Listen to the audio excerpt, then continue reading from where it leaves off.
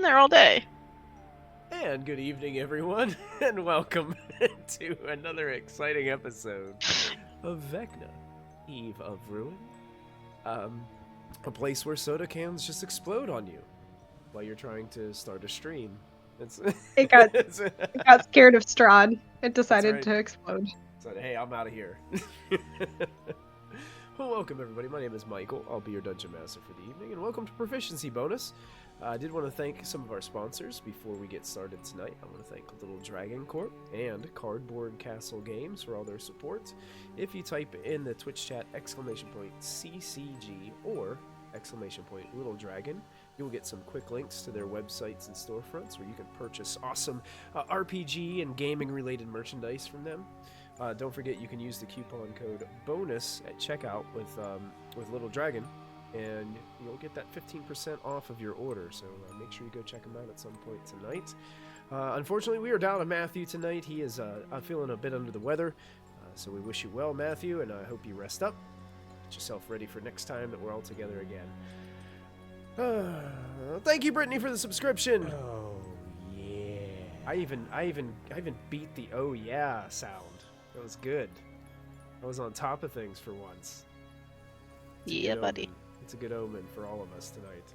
It's the only good omen we've had since we all logged in.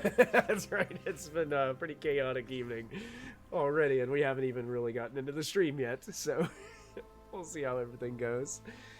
It's a shift in the positive direction. Absolutely. We'll take any of those shifts. We do have a new episode of Wild Beyond the Witchlight coming up this Thursday night, so make sure you tune in with DM Victoria and the rest of her crew. They're in a pretty tense situation now where they're getting ready to head off to fight, I believe, a coven of hags. So make sure you guys tune in to see how that goes. Also, we'll be back on Friday night for some more Phandelver and Below the Shattered Obelisk. And they're in a pretty interesting situation as well within Wave Echo Cave. And on Saturday, we have a new episode of Dirty 20 coming your way at 4 p.m. Eastern Time. As the crew is in the middle of like it's kind of a, if you've ever seen the third Hobbit movie, The Battle of Five Armies, it's kind of got that vibe going on where there's several armies and not one is technically like an allied or an allegiance with anybody, and they're all kind of fighting each other. It's an interesting situation. So if you're bored, want to come hang out with us, please do. We'd love to have you. So getting into our game this evening, we're going to dive in where we left off. Our heroes were making their way into the lower reaches of the basement of Death House, where they were beginning to hear chanting. It was getting louder and louder and louder as you continue down this skinny hallway and stairs leading down into darkness. Some of you have light illuminating out from weapons and other materials, and some of you are able to see in the dark down here. I did want to say that as you go down into these lower reaches, where was it? I believe you can start hearing some of the words. Forrest, you're probably the first to start, now as this chanting is getting louder and louder, you start to hear these words. She is slain. She is risen. She is slain. She is risen. She is slain. She is risen. It sounds like a chorus, a cacophony of voices coming from chambers beyond. What are you guys doing here as you're walking down these stairs? It looks like the stairs come down and then they veer to the right.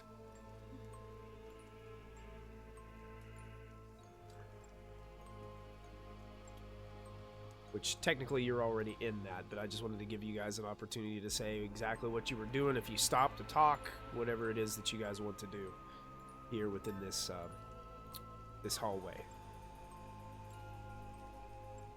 Selena definitely would have been a little freaked out and looked back over her shoulder, because I think Hazel still had either her hand on her shoulder or we're that close, and she's like, oh, I don't like the sound of that.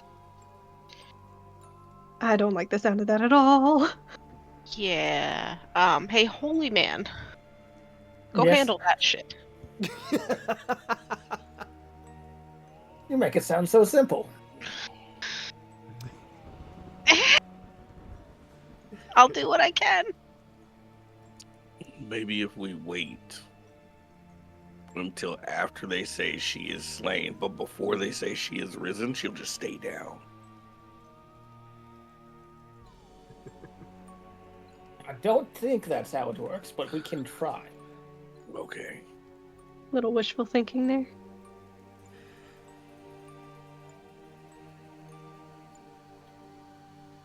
So, Forrest, Run I into believe the you're room and leading yell, the "Red way. Yeah, I still have my divine sense going from last week. The undead fiends and celestials within 60 feet. I can tell exactly where they are and what type. Undead fiends and celestials. Okay.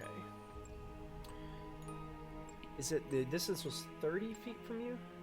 60 Or feet. 60 feet.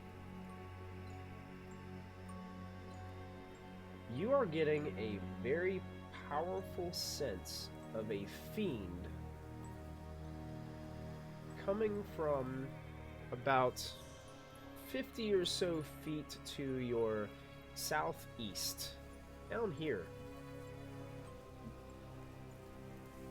I fear they may have already summoned it, whatever they were trying. But only one so far. I don't think they were very successful if she keeps being slain and then risen and slain. I think they just need to stop blowing it like a cartridge and then try it again. But in the meantime, I think we should stop them from summoning any more if you only sense one. At the moment. And then I'll continue leading the way down. Okay. As you lead the way, you see there is a chamber here, a larger chamber. I'll read to you a little bit of box text here as you make your way. So you hear those loud chants that they issue from a hallway near the southwest corner of this chamber. You can discern those many voices together saying, "She is slain, she is risen." And as you come into this room, you catch the sight of something lurking in the shadows of this room. As it appears, these massive plant and vine masses just start slowly lumbering out of the corners of the room and start slowly making their way in your direction. I need everyone to click on their tokens and roll me some initiative because 2 terrifying, shambling mouths start making their way in towards the room towards you guys. I think one's already got to me. They are very slow.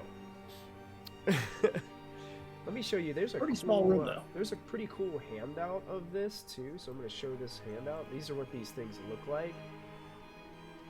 The artwork is pretty cool, so I wanted to share that with you. Gotta say, the room they're in looks much bigger. Yeah, the art doesn't really match the map. Are those mushrooms? That's my one. Probably some mushrooms. Mushrooms on top, yeah. Cool. That's my one thing about D&D is they don't often think about the monsters that they put in some of these rooms whenever they assign them to rooms. Yeah, So there's not a whole- basically nowhere to move in here. It's very crowded. But I'm gonna go ahead and change our music to something a little bit more appropriate. Let's go to let's bring us to this one.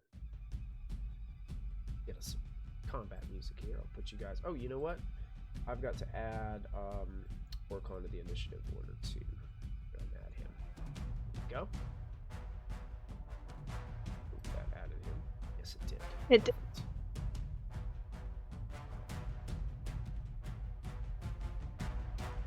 Some rough rolls there for us. Well, Considering how terrible. slow they went, not that bad, really. Not that bad with how slow they went. That's true. So here's what I'm going to do. Since Odd and Forrest, since you guys tied, I'll let you guys decide who goes first between the two of you. I will say that you guys, the new rule about movement in the new handbook, it says that, or the player's handbook says that you guys can pretty much move through an ally's space without any penalty. So if there's a person's token ahead of you, you can move right through it, no penalty whatsoever. Hey, thank you so much, Volt Pirate, for the subscription. We appreciate it, buddy. 23 months, thank you. Hey, Stronghold D&D. Good to see you.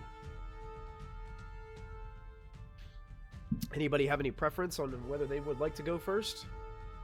Oh, I think Forrest should go since he's physically already in the room, and I'm all the way in the back. Okay. Fair enough. I think I will go ahead and move further in.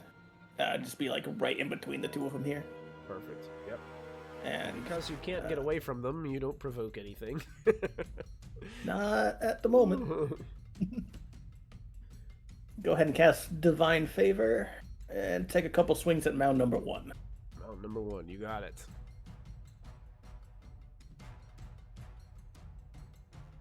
20 to hit. 20 does hit. Sunblade carves through the massive vines. These aren't undead of any kind, right? They're just They are plants. not, yeah.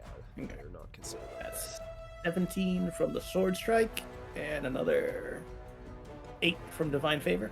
Another 8 from Divine, you got it. Second attack. Second attack coming in. Only a 15. 15 is exactly what you need to hit these. What you discovered. 11 points from the attack, and another, just one more from Divine Favor. One more from Divine Favor. You carve, like, you lop a bunch of vines off of this creature, and they immediately hit the ground and wilt into these dark masses on the floor. But you carve it with your Sunblade. Anything else? It's bonus action and action, so I'm all good here. All right, so that brings us to Odd. Hello. I would like to enter the room. Let's see here. 1, 2, 3, 4. I am going to notice this huge shambling thing with pizza toppings on top of its head. Very nice mushrooms. Scream like a girl. And then continue forth with a intelligence save from both of them. However, first I am going to use a bonus action on, we'll say, mound 2. The bonus action is going to be an unsettling words. So minus 1d8 on that intelligence save. Okay. Well, I'll roll them separately then. So mound 1, we'll do an intelligence save on it first. And it rolls a 10 on its intelligence save. So that would probably fail. Yeah. Mound number 2 is going to intelligence save, and then you can roll a d8 to subtract. 14, I don't think it's really going to matter. It doesn't. Yeah. Okay. But I'll roll it anyways, just to rub it in. Yeah, just one. That didn't help. It didn't really rub it in, but that's okay. I tried. You did try. That's what I get for saying I was going to rub it in. I'll give you credit for the effort. Right. So, since they both failed here, Odd is just going to snap his fingers and then do Tasha's Mind Whip on both of them. And the first one for damage is going to be... Mound 1 is going to suffer 8 psychic damage. Next one is going to be 10 psychic damage. 8 and 10 psychic damage. All right. Yep. And because of the effects of Tasha's Mind Whip, on their next turn, they get to choose whether they move, take an action, or a bonus action, but they can only do one of the 3. Oh, no. Don't do this to me. Yeah, they've got to move so far to get into target. Is it like a slow where if they take an action, they don't get multi-attack as well? Or No, they can still do their extra actions and all that, but they only get to choose, an action or a bonus action or a move. Got it. Well done. Then I'm going to turn to Orkin and ask what he has planned for his turn. Like, He kind of glares at you for a moment. It doesn't say a word. You get the cold shoulder from Orcon. Orkin, if you're watching, buddy, I hope you feel better. Now, I'm gonna go ahead and have Orcon go, and he's going to... He's not currently flying. I don't know how many times he can do that. Wait, Elemental Gift. As a bonus action, you can give yourself a flying speed of 30 feet that lasts for 10 minutes. He got that. He can do that 4 more times. So I think he would probably just go ahead and do that. Because that seems like an Orcon thing to do. So he's going to take the flight coming downstairs here. Where's my little flight symbol? A little wing. There we go. He's going to fly kind of over top of Odd's head. He doesn't really have many places to go here.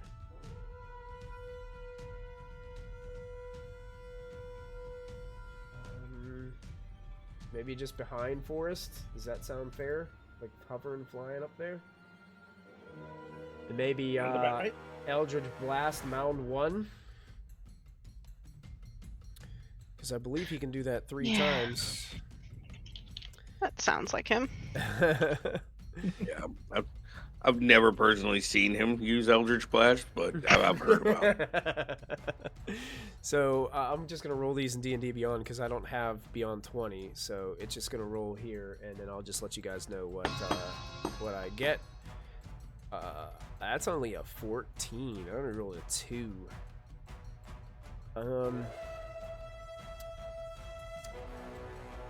You guys okay with Orcon spending a proficiency bonus to turn it into a hit? Just trying to use up our resources while he's not here? Exactly. You have 11 of them.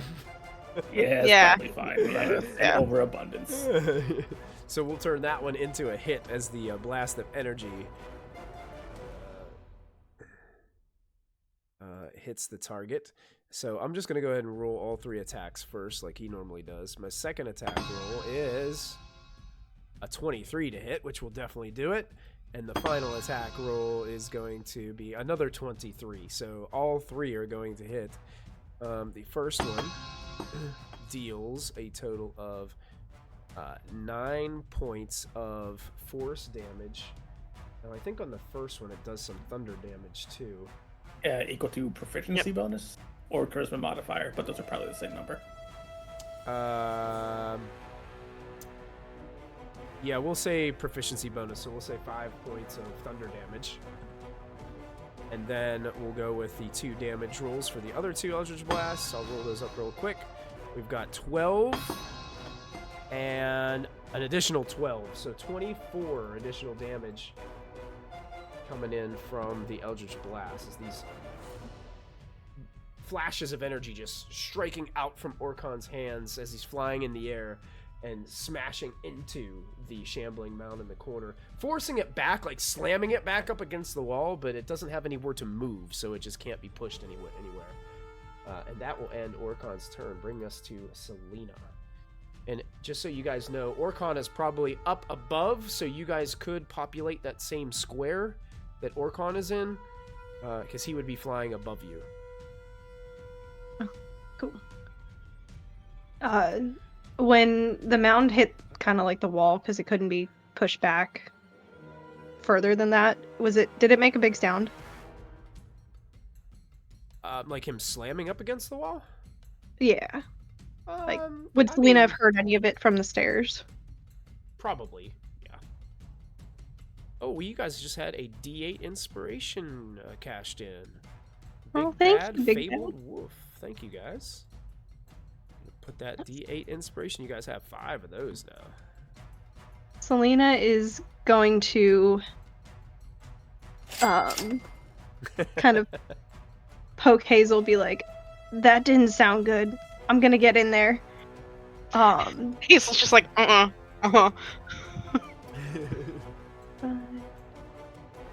It helps if I actually move my character.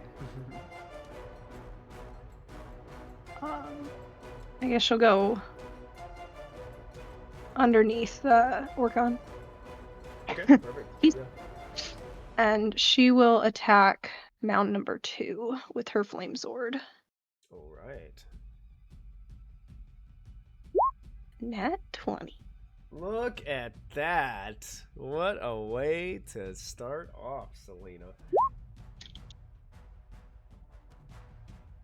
I don't know why it's got. Okay, 15 total damage with 11 of it crit, if I'm reading that right. Yeah, it looks like they did put the piercing damage on the left of both, so that's 15 total piercing think- damage. The 15 is the regular roll. The 11 is the combined of the critical dice. So it's 12 piercing and 14 fire.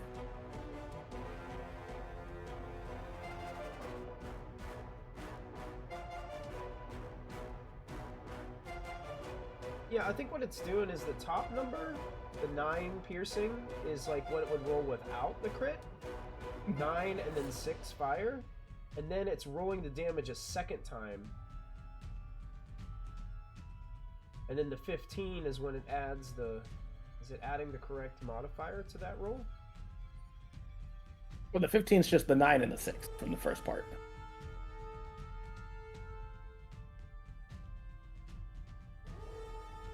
Okay. Yeah, I don't like the way that rolls that. We'll have to figure A out. little I weird, don't- Yeah. That's confusing. So what was the piercing damage that you said, Michael? 12 piercing and 14 fire. 12 piercing, 14 fire. I will tell you this, Selena. Fire, surprisingly, you would think it would do more to a plant creature. It seems to do a little bit less. Rude. Seems to be Ah. resistant to the fire damage. Selena's gonna switch tactics after realizing that, and she is going to have use her rapier. Okay, you got it. Do I get Vex on the rapier, or is Yes, it only it's if I- whatever attack you make. Doesn't have to be Yep, the same yep. weapon. You do have Oh. advantage on this attack, yep. So 17 Indeed, that will hit. and 11 damage, 11 damage on that one, yes. and then she will take one more swipe at it, not giving it any chances this time. Another 20. successful hit. And 10 piercing. 10 more damage as you're carving into this thing. Mushrooms and leaves are kind of flying everywhere as you're kind of carving it. You kind of like Edward Scissorhands with the shrubs and the bushes, you know, it's like everything is just going flying. She'll end her turn there. Excellent. Great turn. That brings us to mound number 2, who Selena just attacked. Mound number 2 is just going to go ahead. It has to choose. It's going to choose to take an action, and it can, for an action, do a multi-attack. It's going to make 2 slam attacks against you, Selena, since you were the one that just tore it up a little bit. So, we've got a slam attack coming your way. Rude. 23 to hit you, Selena. That will hit. So you take 14 points of bludgeoning damage from the mound as this like fist of plant like smashes down on top of you, and you can feel vines starting to try to wrap around your small body, and it's gonna slam you again. This is Before it can do that, technically, Sentinel will proc, and I'll get an opportunity attack against it. go for it. You can take I'm it. going to cast Booming Blade at it. So roll the hit. 19. 19 does hit. Can you? Is Booming Blade? Is that a reaction spell? For as Warcaster, replacing my opportunity attack with any spell. Got it. Okay, 19. That will hit. That'll be 16 damage from the sword strike. 16 damage. Another 6 from Divine Favor. Another 6 from your divine favor. And then... I wish I didn't roll both halves. A whole 5 thunder damage. 5 Booming thunder Blade. damage as this loud echo of thunder cracks out as you strike this creature and carve some of those vines away from Selena in the process, making this attack. If it moves, it'll take more damage, but I don't think it can move. It can't. The second roll that I did roll for the second slam against Selena was a 20. Does the 20 hit you, Selena? A 20 will hit as well, yes. So you'll take 15 points of bludgeoning damage for that one. And it says here under its multi-attack that if both attacks hit a medium or smaller target, the target is grappled, and the mound gets to use its engulf ability on the target. So you are now engulfed within the shambling mound. You're starting to see Selena get pulled into the mound as these vines and leaves and briars start to wrap all around Selena. So she is grappled. I'll put a little net there. And the engulfed target is blinded, restrained, and unable to breathe. And you'll have to succeed on Constitution saving throws at the start of each of the mound's turns moving forward. So you're being consumed by the mound right now, Selena. Right as before she's like, got her mouth covered, she's like, oh no. Oh no. And then... That's the last thing you hear from Selena there, Forrest, is your mouth is completely wrapped up in vines now. It's like a little squeak. Oh no. And because of Odd's ability, that's all it can do. Does it make an additional intelligence check at the end of its turn, Odd, to break this, or does it just happen on one turn and then it's back to normal? It looks like it's just the end of its next turn. So yeah, just one turn. Just one turn. Got it. Thank you. All right, Hazel, that brings us up to you in our initiative order. Great. Hazel moves in and will, because she can see over top of Odd since he's in his smaller tabaxi form. Mm-hmm. She sees Orcon flying. She has Odd in front of her. She sees Forrest, and she doesn't see Selena. Oh, you see Selena, but just like her feet, kind of like she's a ninja wearing vine outfit right now. You know, it's like the little ninja spot where she could just her eyes are probably really wide, like looking at you. She's being pulled into this thing. Help me! Just making sure. I'm going to then the one that's holding her is going to hopefully get hit with poison spray. Okay, poison spray. 19 to hit? 19 does indeed hit. Come on, roll nicely, please. 23 points of damage to it. 23 points of damage. It does not like to be poisoned. Good. And then, because I can, I don't know if this will work, that beast and leaf speech in that kind of language, druidic based language, I'm going to shout at it going, give me my friend back or you're dead. And just shout at the shambling mound. Okay. Perfect. Oh my. There's some strange sounds coming from Hazel right now, everybody. She sounds completely feral and like she's forgotten how to speak common. Excellent. Anything the end of my turn. to do? End of your turn.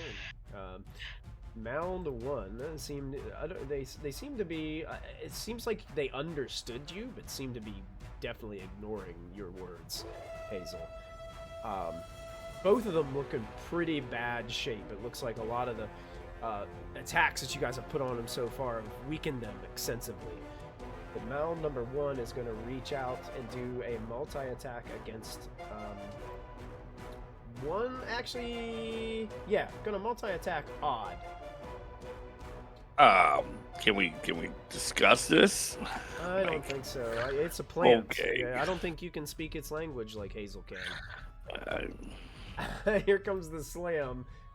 It's only a 16 to hit you. That's gonna be a negative Ghost Rider. Got my shield up. All right, Yep. There it goes. I'll be right back. I think I just heard the front door. Okay. I'll quickly make a second slam, and it's going to be blocked by your shield anyway, so it's going to be done because that's all it could do on its turn. Is attack you twice, blocking both attacks. So Forrest, that brings us up to you to the top of the second round. So Selena's in mound number 2, right? Yes. I will make 2 attacks. She is against currently taking up residence there. Right. Sorry.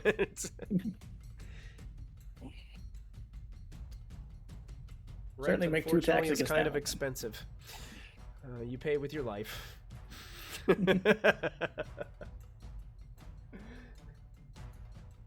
attacks coming into mound number 2. Oh, yes. 30 to hit. Yes, indeed. It's 11 from the attack. And 7 more from Divine Favor. 7 more for Divine Favor. You're carving more of the plant. The vines and leaves are falling off of it. Oh! Natural 20. Oh, yes. Yes, indeed. That is 19 from the attack. Mm-hmm.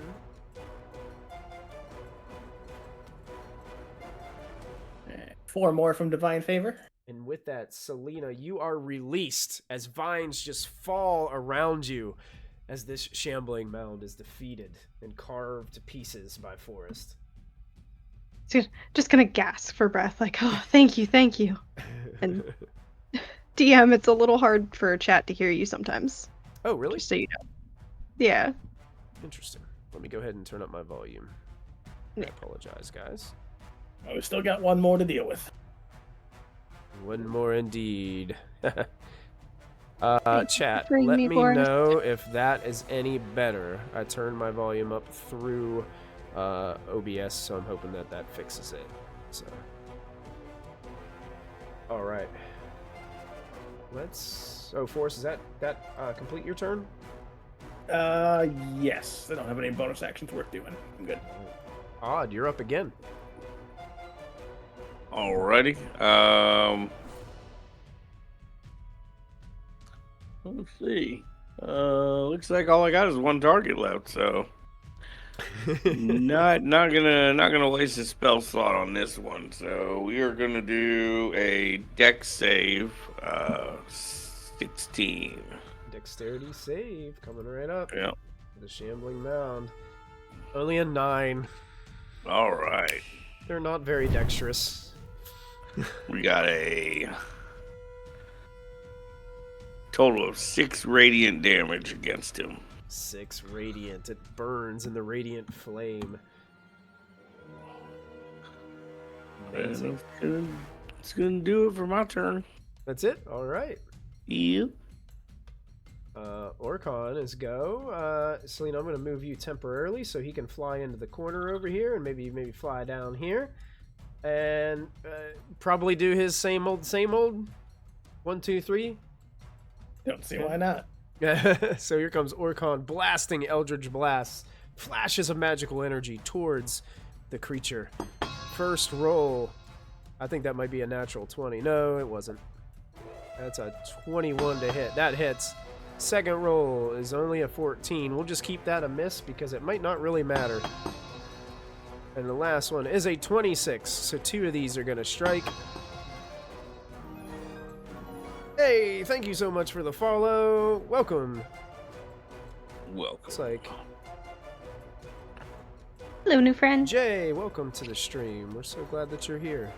So the first one does 15 plus 5 thunder damage, so a total of 20 damage on the first strike.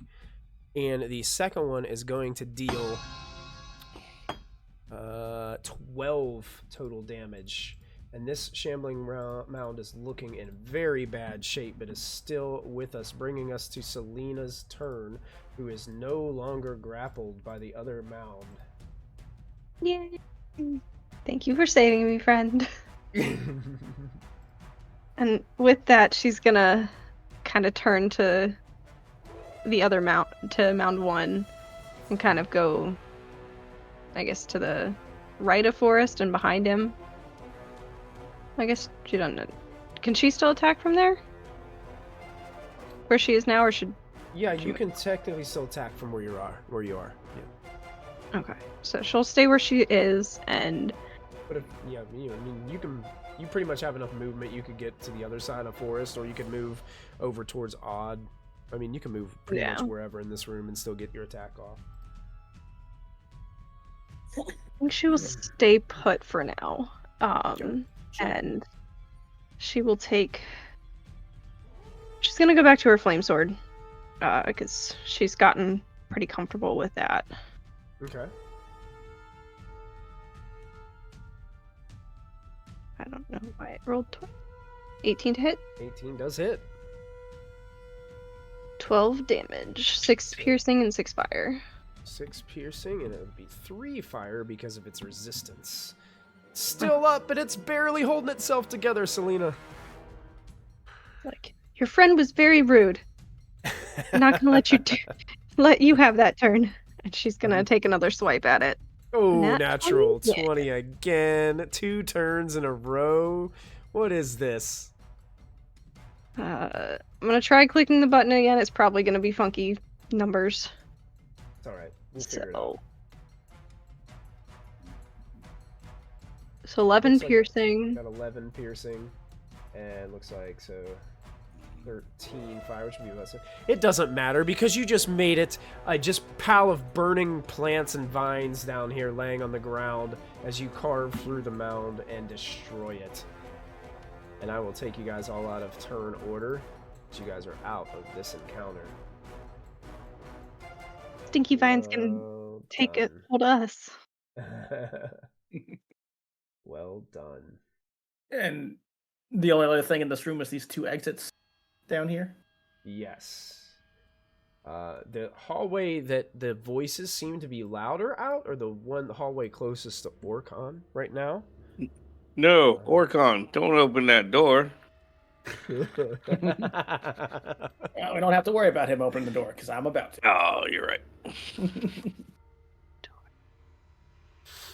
Actually, Forrest, what you see is there's kind of a ramp that leads down, and down at the bottom you can see there is like murky water like pooling down there at the bottom, and there is a portcullis that goes from the ceiling of this place, a rusted metal portcullis that goes down into the dark murky water below, and you can hear those voices chanting coming from that area.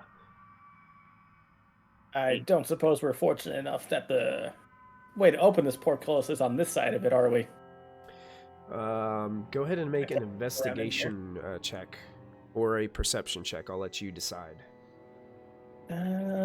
Functionally the same for me. Let's go perception. Yeah, see, a lot of times they are. Whole 10. Well, 10. You don't see anything.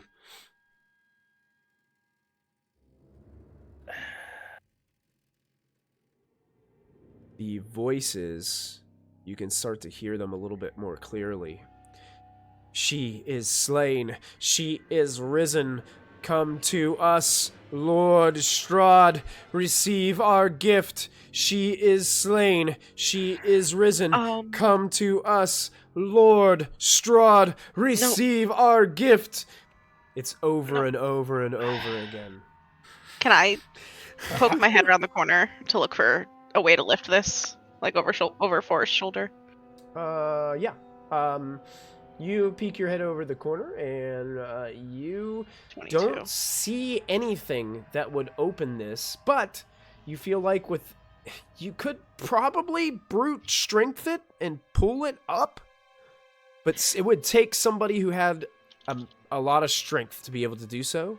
Or you might be able to do enough damage to it to break it down, but it's an iron gate, essentially. They're pretty extensive when it comes to their ability to hold up against damage. Hazel just goes over and pokes the back of Forrest's head. Yes. Do strong things. And she motions like, it'll move, like pick it up. I know my sword looks like it's just light. It doesn't really cut steel all that much.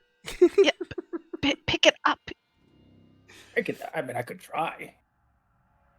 I can't be helpful in this endeavor. I'll You're the walk strong over and try to lift it, I suppose.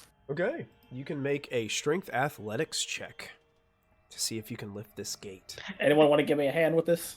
I will try to help by giving him advantage, not by actually being useful in this endeavor. My height gives him leverage. How about Yeah, that? well, yeah, you're kind of like over his head, like pulling at the top. I would say that. Yeah, Yeah, it's not because you're strong, but because you're giving him moral support as well. Yes, okay. Go ahead and roll with advantage. My strength is bad. And if that doesn't work, Selena's gonna hand him the crowbar. I think this actually worked. It's nice that with both of you working on this, like as you're starting to lift, you realize like it doesn't fit in there neatly, as tightly as it should, because of the rusted manner of the iron that's there, and it kind of moves a little bit easier than you expect, and you hear like it screeches really loud as you guys start to lift this up, as the rust starts to fall down around you as it peels through the where it was closed from the top. And you guys have access to this area now. I'm going to open this up. We're going to have this completely... I'm going to just take the... I might be able to move that window. Let me see. Okay, are you able to get through it, Forrest? Okay, I just want to make sure you can get through it. You don't have to move in there. I just wanted to make sure your token was available. I'm going to let you guys know what you see in here. There are featureless stone pillars that support the high ceiling in this 40-foot square chamber. Murky water covers the floor, and a breach in the west wall leads to a dark cave heaped with refuse. Stairs lead up to dry stone ledges that hug the walls. 14 hooded figures stand atop the ledges, chanting those phrases loudly.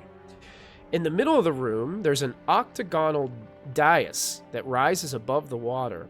Atop the dais is a stone altar drenched in freshly spilled blood. The source of the blood is the body of a lifeless woman dangling above the altar from chains mounted to the ceiling. A ceramic stake has been plunged through the woman's heart, which is the source of the blood that's pouring onto the dais below. Standing next to the altar is a large fiend, wielding a gruesome crimson spear. The fiend looks a bit like this token. I'm going to try to zoom in on this for you. That's what this thing looks like as it's standing next to this corpse. Gross.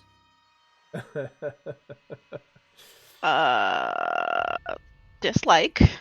No like. I mean, our entrance was not exactly subtle, so... You hear a woman's voice. Stop chanting, and the chanting is still going behind from a lot of the people that are standing, but the woman's goes, Gustav, it appears we have some guests. And Gustav looks excitedly towards you, Forrest, and then all of a sudden gets disappointed when he notices it's not who he would hope to have seen or had expected to see at this moment. He says, So, you've arrived just in time. Just in time to be an offering to our Dark Lord, Strahd von Zarovich. And Elizabeth, over on the side, this woman is like, oh, that is so fascinating. You there. And she looks towards the fiend in the middle of the room. Spill their blood. Let it soak into the ground. Let it nourish all of Barovia. And Gustav over on the other side seems to have this wide grin on his face. Oh, dear, splendid idea. Splendid idea. What a wonderful offering this will be to our Dark Lord. He will notice of our existence. He will notice how powerful we have become. He will take us in. He will welcome us with open arms. We will be his right and left hands. He will love us, just as he loves all of Barovia. She is risen. She is slain. Lord Strahd! They're all like starting to get louder and louder in the room as the Impaler starts to take a couple of steps. And I need you all to go ahead and do me another favor and click on your tokens and roll me some initiative. Took a while. I was worried we wanted to get to another combat today. Weird. Okay. My initiative has been 8 for like the last 5 games. Every time. I'm not kidding. You It was do. 8 in You the can last. spend play. You got 7 player No, rerolls. I'm just wondering if something's stuck somewhere because it doesn't even seem to It's been 8 every time. Do you have any modifiers on your initiative? I do. What are the odds? Ah, man. Well, it is what it is. Oh, I gotta get Orcon on there too. Let me go ahead and roll his initiative. 11 for Orcon. Well, I don't know how Odd does it, but Odd rolls a very high initiative every single combat. Charisma? He's got It's You loaded charmed your dice. It's not charisma. I said you charmed your dice. So, is there any chance this whole getting from the previous fight to this one took less than a minute? I would say, well, no, I mean, they did talk a lot. Yeah, fine. They did talk a I'll have lot. to recast my divine favor. They seem like they have a lot to say. Hey, thank you so much, chat. We appreciate you guys being here. I'm sorry for the creepiness, but this is a very creepy part of the campaign. Odd, you have the floor. What would you like to do? All right. After hearing this whole spiel of what's going on down there, Odd is going to, I guess, phase through Hazel. It's like dance moves. Oh yeah. Get to this door. Is this a door or a window? Because it looks like a window icon on my screen. It's an open It will portcullis let you now. go You can through walk right through It's it. the portcullis we opened. I will Open tell you portcullis. that once you guys enter the water down here, like where forest is, it is difficult terrain because of the depth of the water. Okay. Well, not going to step in the water just yet. Trying to peek around the corner. Let's see here. Actually, from this position, I can see. Excuse me. I can see fanatics 1 through 2 and 4 on the other side. Yeah. Before coming into the room, I am going to.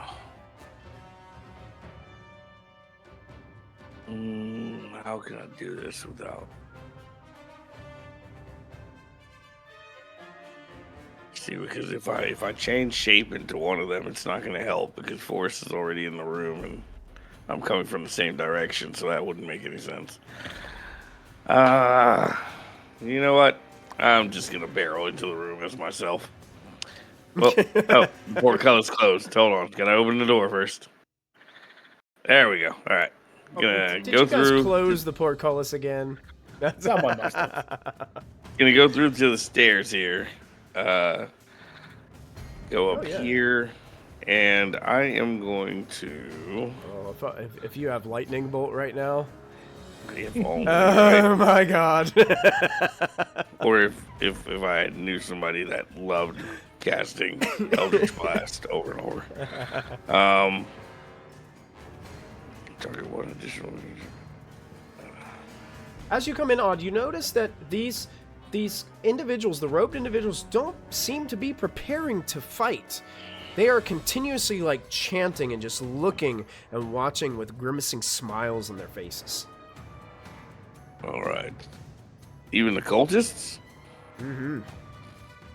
All of them. They're just They're killing, just laughing. chanting. Yeah, they're just seem like they're just they're so engaged with the ritual right now that they're not even don't seem to be much of concern on their face.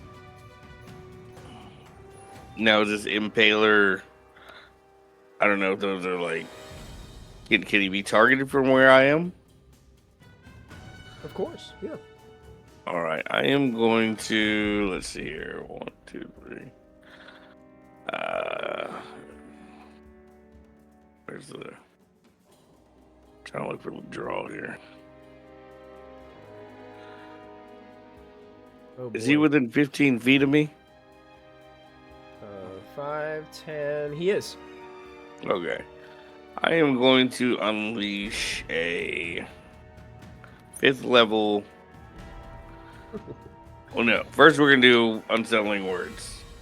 So 1d8. Then Unsettling words. 16. We're going to do dex save against him. So here's my d8. It's a little bit better than the last one. And he's going to roll a dex saving throw. Yep. All right. Let me double check something. He may have advantage on this. He doesn't. Okay. Dexterity saving. A 19 to succeed. 19, well, with -4. Yeah. That makes it a 15. So technically that would fail, but I'm going to use a legendary resistance to have him succeed instead. He is, in fact, a legendary creature. Alright, in response to that, I'm going to also use a legendary reaction. Because me and my crew are legendary. Does that work? I believe that you're all legendary in my heart. But according to D&D rules, unfortunately, you're not. Alright. Well, that's my action and bonus action, so I am fried. So I basically go to cast my spray of cards, and it just kind of like. There's no half damage on success. Well, actually, there should be. You're right. I would think if you were spending that big of a spell, that it would have half damage even Yep, on a success. half damage, but no blind condition. So here we go on the damage roll. 33. Oh wow, that's force damage. Okay. Yep. So that's going to be 16. 16 damage. These cards come in a cacophony of spray. A spray of cards just fills the room. Some of them are magically kind of like floating in the murky water now all around the creature. Does that end your turn, Odd? Yeah, this is going to do it. Okay.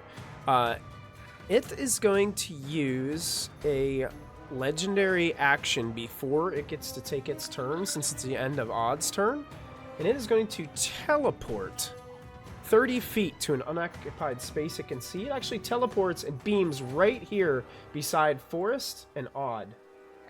It just appears that quickly next to you guys, standing in the murky water. And then... That's perfectly normal. It's fine. Don't worry about it. And then he gets to take his turn. He is going to multi-attack. He can make one spike attack. Mr. Fancy Pants. Exactly. He's going to make one spike attack and 2 wicked spear attacks. Spike attack is going to go against Forest. A wicked spear against Forest, and then a wicked spear against Odd. So here's the spike against Forest. It's a 27 to hit Forest. Yeah, that'll hit. It'll hit. You take 17 piercing damage, Forest, and your speed is halved until the start of this fiend's next turn.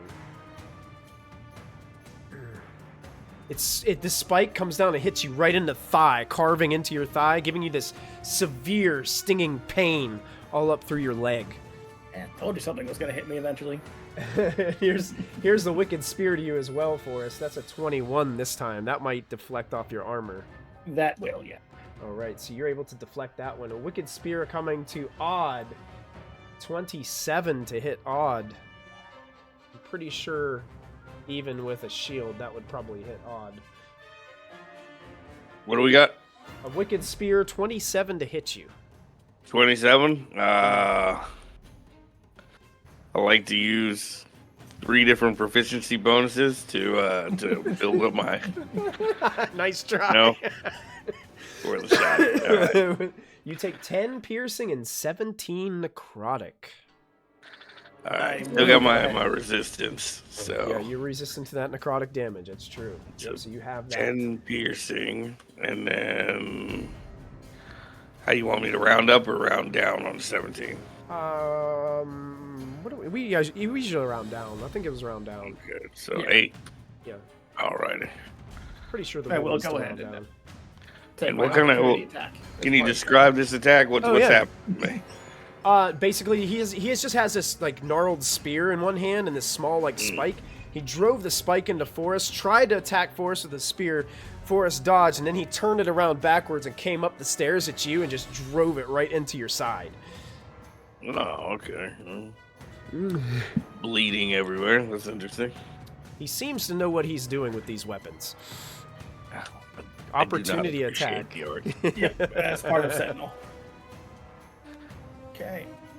I Cast Booming Blade want again. to look on and wonder, but at the same time, I'm bleeding everywhere. So 28 Sure hope a to 28 hit. hits. Indeed, a 28 does hit. That'll be 14 from the attack. 14 And from the then- attack. This is radiant damage, I believe. Yep. From the sword, yes. Yep. 9 thunder from the booming blade as well. And 9 additional thunder damage.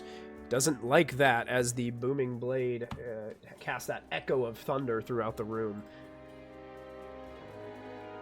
Anything else? I think that does it. He used all of his action, legendary action. Forrest, that does bring us up to you. You were able to respond. I will make 2 attacks of my own against him, and I will use my Channel Divinity Vow of Enmity to give myself advantage on all of my attacks. Vow of Enmity. I'm curious, Forrest. What would you say in the direction of this terrible fiend as you cast your vow on it? Well, going off what they said earlier, it is not my blood that will be spilled here tonight. Oh, Odd kind of just coughs up a little blood. You're right. It's mine. Sorry. Oh, it's everywhere. it's going everywhere. 31 to hit. 31 hits. That'll be 17 damage. 17 damage? Okay. Second attack. 31 to hit. Indeed. Another 12 damage. And I'm going to use a second level Divine Smite here, I think. Oh, busting out the smites. Here we go, everybody. That'll be... Where is... Yep, cast at second level.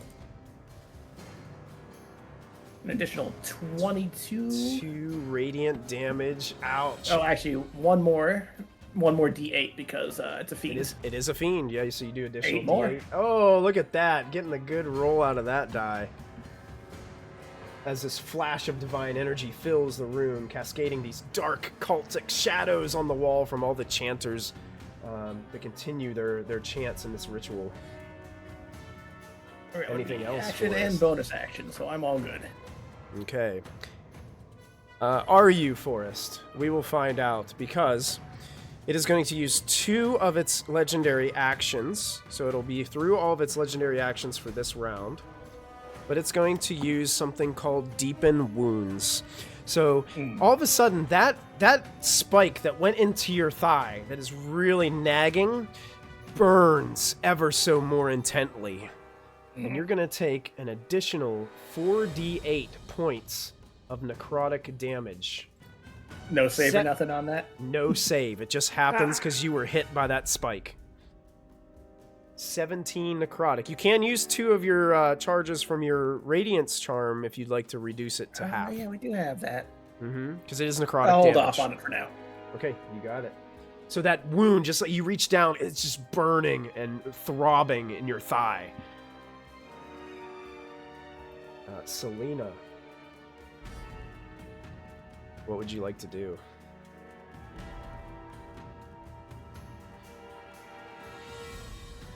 You're muted in You're Discord, on mute, Jen. so we won't be able to hear you. Sorry. You're all I was good? trying to math. So if I moved, I would be in the same spot as Forrest. Oh, I should have. No, I can move to. I can't math. Hold on. You could technically move beside him. If you move diagonal to either the left or the right when you get in, yeah, you could do that. So you're on the steps, so you're out of the water. I apparently couldn't count the first time I did it when I was muted. Selena's gonna move in, kind of scooting past behind Forrest, and cause seeing Odd just bloodied makes her sad, and she's like, "Oh no, what have I missed already?"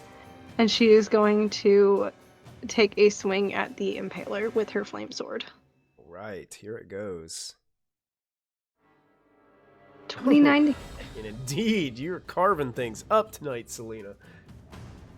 18, 6 piercing, 12 18. fire.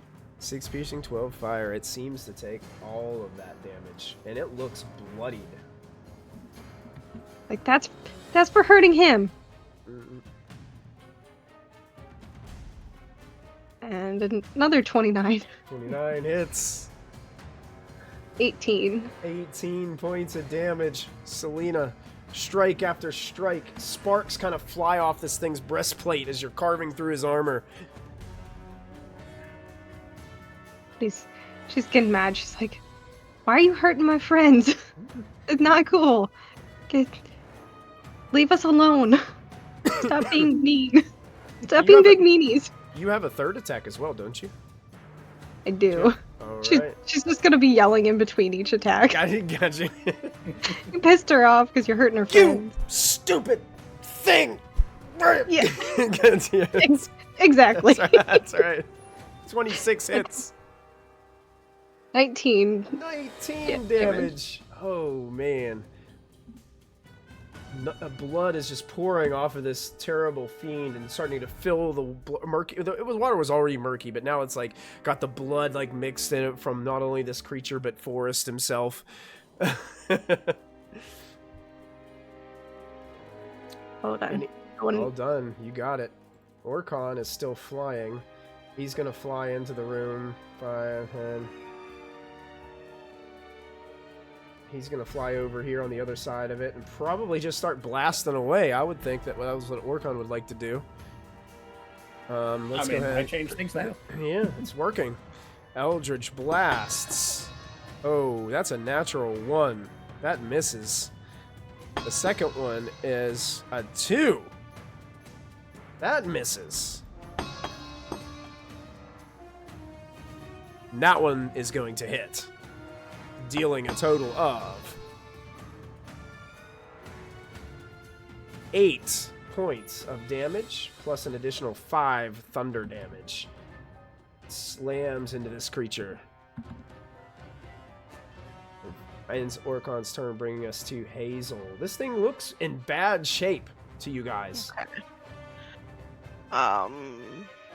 Hazel hearing all her friends yelling. Once and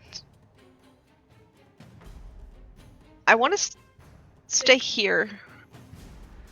I'm getting as close to this thing as I can because what I want to do is a cone effect out this way.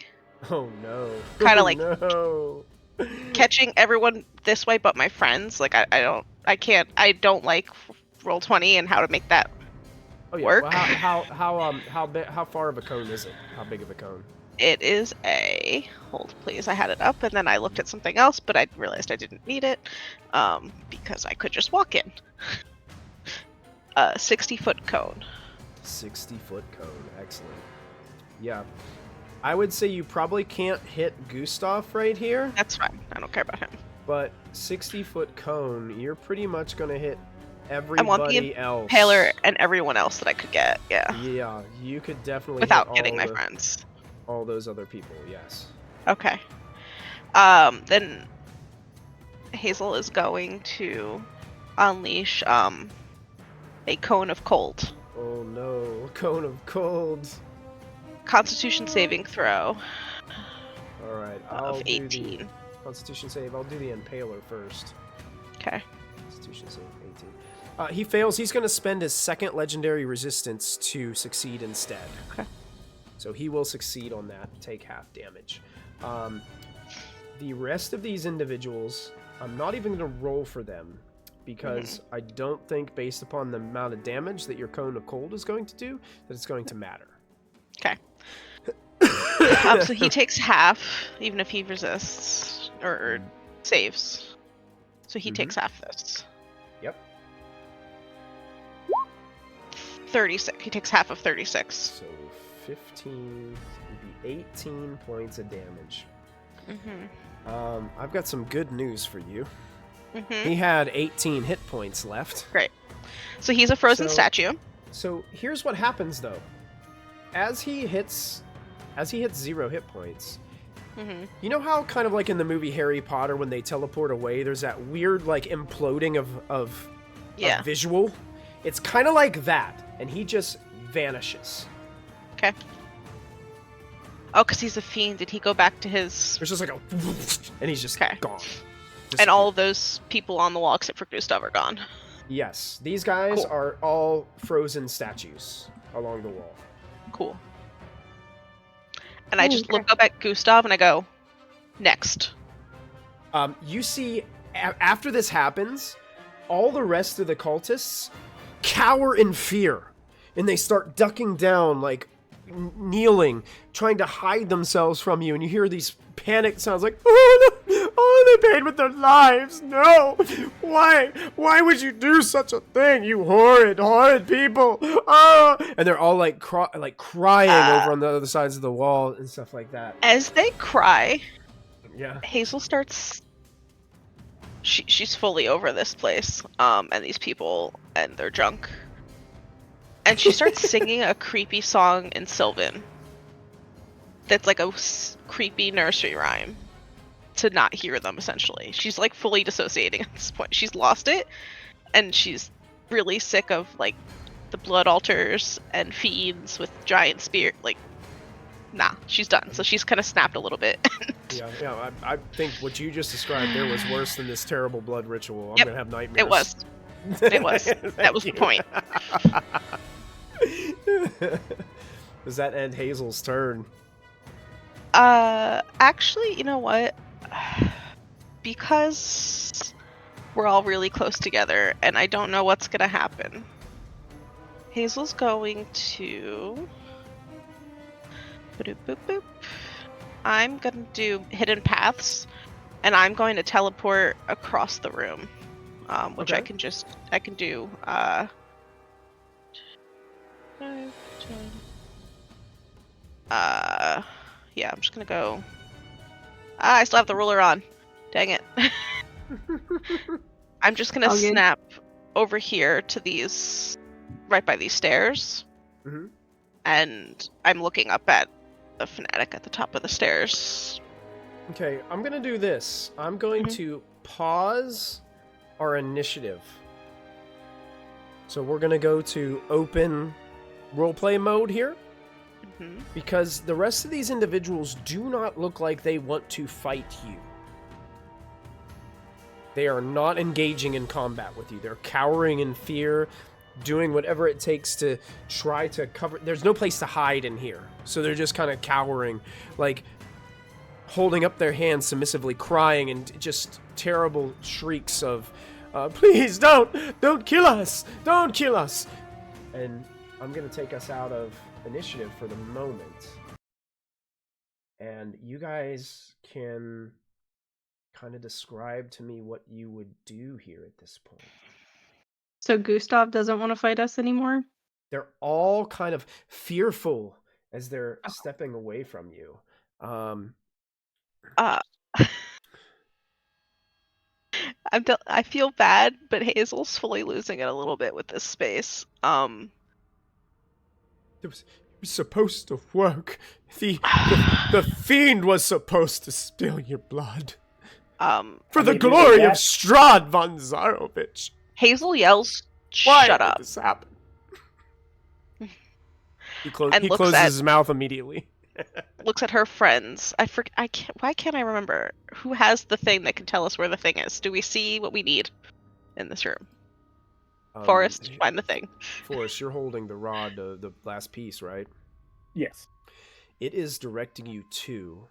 There is a ceramic stake that is in the heart of that woman who's chained up, but on the end of the stake, it seems to be graphed to some kind of magical artifact that this is pointing you to. It's attached, it's grafted onto the stake that is plunged into this woman's heart that hangs from the chains.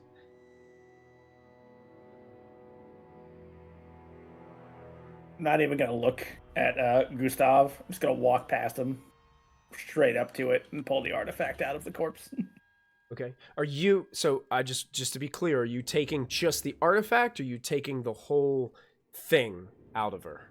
Because it's two pieces connected together.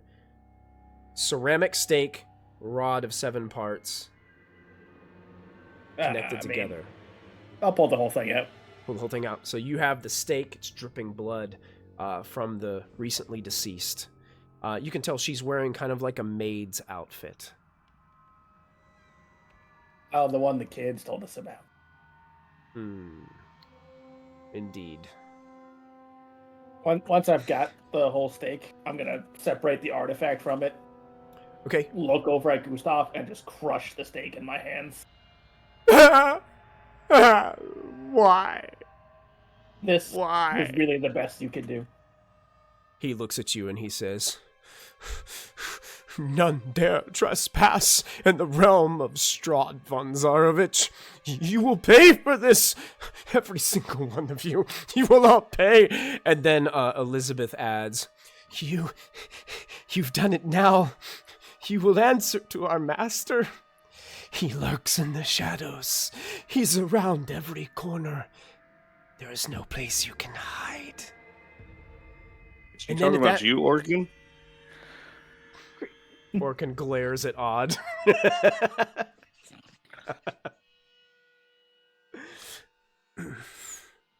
Let him come. I have no intention of hiding. Then you hear one of the others in the corner that's been cowering say, "He is the ancient. He is the land." And then another one next starts chanting with that one, "He is the ancient. He is the land." And then they start louder and louder and louder. And the remaining cultists that are there, the ones that aren't frozen statues on the other side of the room, are all singing melodically, "He is the ancient. He is the land." And they continue. Orkin, you're not that old. Well, I'm not older than you think. He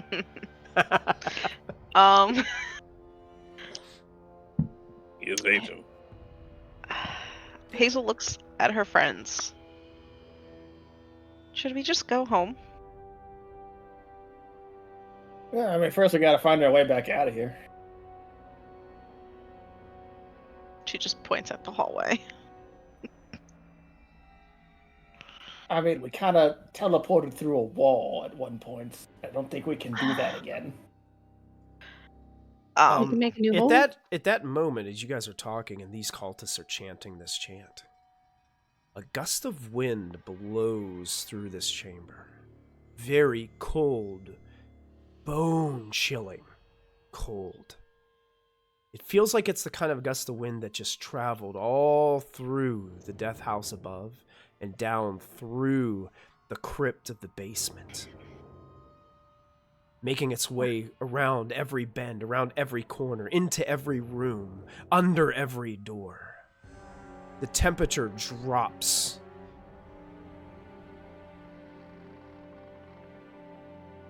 The wind takes a monstrous timbre, like screeching bats or howling wolves, and crescendos to a deafening roar, and then suddenly stops. There's a stillness about the area. A strange moment of where you feel like the time has just stopped around you. For a long moment, you hear nothing, as also the cultists stop chanting. Then, you hear the creak of a door from somewhere far off. And then a door close. And a latch shut. Then, nothing. From Oh, which just lit a little campfire and warming his hands. which It's got direction? cold in here. Which direction did that come from? The sound. You're not sure because it almost felt like it came from everywhere. Mhm. Bum, bum, bum. Hazel's suspicious and is going to hold a spell for anyone who enters this room.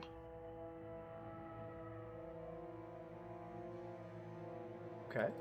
Just calling it out now. If someone enters this room, I will let go of this spell. God, I hope one of the kids don't wander downstairs. Oh no! Correction. Oh, Well, no. no, it won't hurt the children. This is fine. This is fine. Oh no! Hey guys, we You just say came the- to find you. Bam. Cone of I'm cold, holding- frozen statues. I'm holding a spell that will not. It's fine. If the children show up, it's not going to hurt them. We Okay. told them we'd come for them, so they Yeah. shouldn't. If they know how to Oh, listen. yeah, trust kids. Don't So trust I'll anyone. remove these turns from the turn order, and I will say that is a good time for us to take our break for the evening. We'll end on a little cliffhanger there till we come back. Thank you guys so much for hanging out with us tonight. We got a lot of people kind of hanging out in chat. I love the chatter that we got going on, so thank you guys so much for joining us tonight. We're going to take a 5 to 7 minute break to go get a quick stretch, use the restroom, and grab a quick drink, and then we'll be back shortly to continue on with the second half of tonight's episode. So we'll see you guys all in about 5 to 7. Thanks for tuning in. Hello, and thank you so much for hanging out with us here at Proficiency Bonus. Please take an opportunity to support our sponsors. First up is Little Dragon Corp. Little Dragon Corp is an online storefront based in the Great White North of Canada. They sell everything your heart could desire, so long as everything your heart desires is largely polyhedral dice sets and other TTRPG sundries. Check them out for all of your dicey needs. Perhaps buy a lovely hardcover copy of one of these fine books. If you're feeling especially cute, you could treat yourself to a t-shirt or one of these fine little proprietary Little Dragon Corp dragon plushies. They've got all the classic types of dragon, like Mooney, Terra, Dad. Whatever strikes your fancy over on Little Dragon Corp, be sure to enter our special promo code BONUS at checkout for 15% off of your order. That's BONUS, BONUS, for 15% off your order. That's like if you made 7 individual purchases, you could basically buy anything you want on the store, and it's like it was free with all the money that you saved from earlier. I'm absolutely positive that's how math works, and I will be taking no questions at this time. Thank you, Little Dragon Corp. Cardboard Castle Games is a brick-and-mortar game store local to Evans, Georgia. They have a wide selection of tabletop gaming and other cool games like Magic the Gathering, Pokemon cards, and even Yu-Gi-Oh! You can visit them in-store and let them know that we sent you, or you can go visit their website at cardboardcastlegames.com. Don't forget to find us on social media. We're on Twitter, Facebook, and Discord. Links to our social media pages and outlets are located below this video. Don't forget, you can also support the channel by following, by subscribing, remembering to click the bell notification so you never miss another live stream, using channel emotes, and if you're an Amazon Prime user, you get a free subscription to Twitch every month. While we are away, now is a great time to go subscribe to our YouTube channel. It's absolutely free, and there you will find hours upon hours of content to enjoy. Click the bell icon to activate notifications so you won't miss a single show. Once again, thank you for joining us. We hope you are enjoying the show, and we'll be back in just a moment.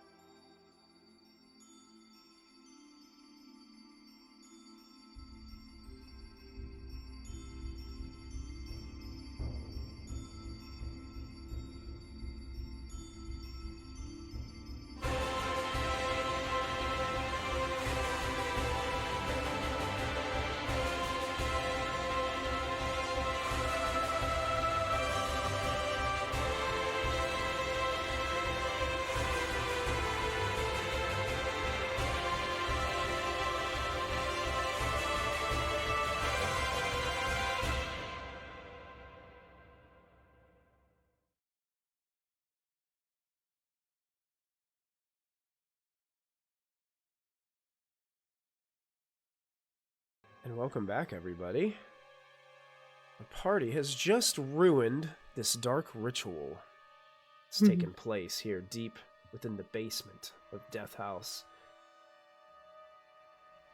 The cultists have stopped chanting for the moment as a creepy, eerie feeling has cascaded upon this space. What do you guys do now? In your hand, Forrest, you hold what you firmly believe to be the fourth piece of the Rod of Seven Parts. I'm still off in the corner. With my Hey, little so would you fire. like to hold on With to your this little one? fire.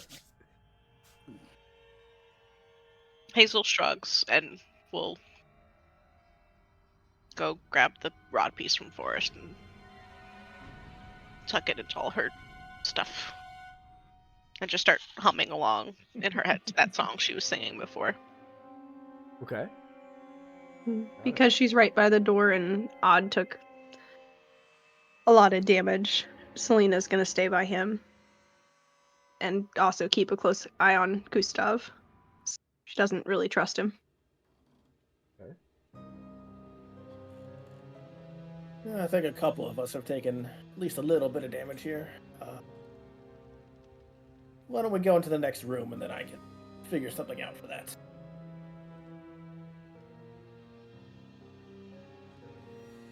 Which, the small room? Yeah, we fought the wingman. Okay. I mean, we can Or start Odd. leaving. Fly over there. Let's start leaving.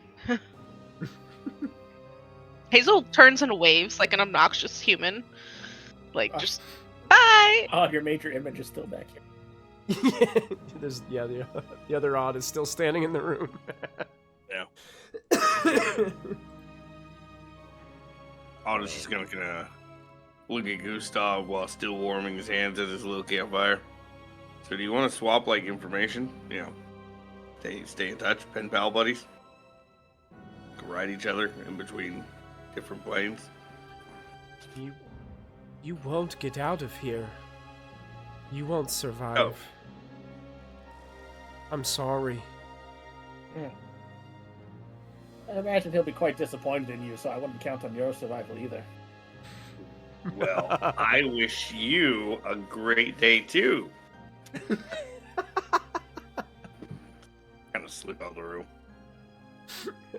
I don't know why. I don't have light, or maybe it's the other token that's my main, and I've been working with. The other token was my main. That's what it is. You've been using the wrong token.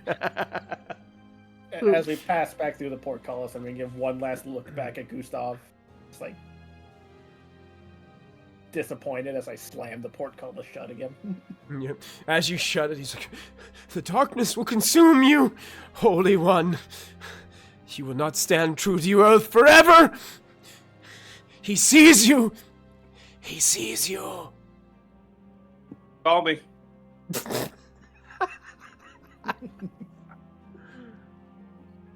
Oh my goodness.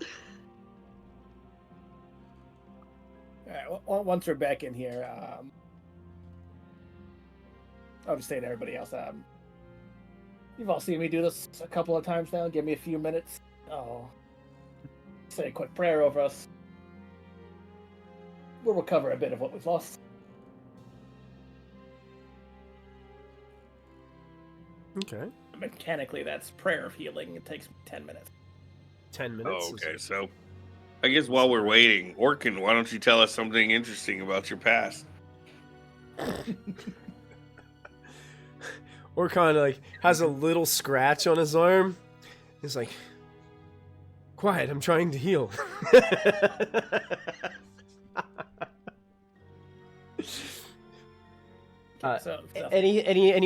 Anybody else doing like a casting or doing anything that you would have to expend during this kind of 10 minutes? Does anybody have like a ritual that they want to cast or anything like that?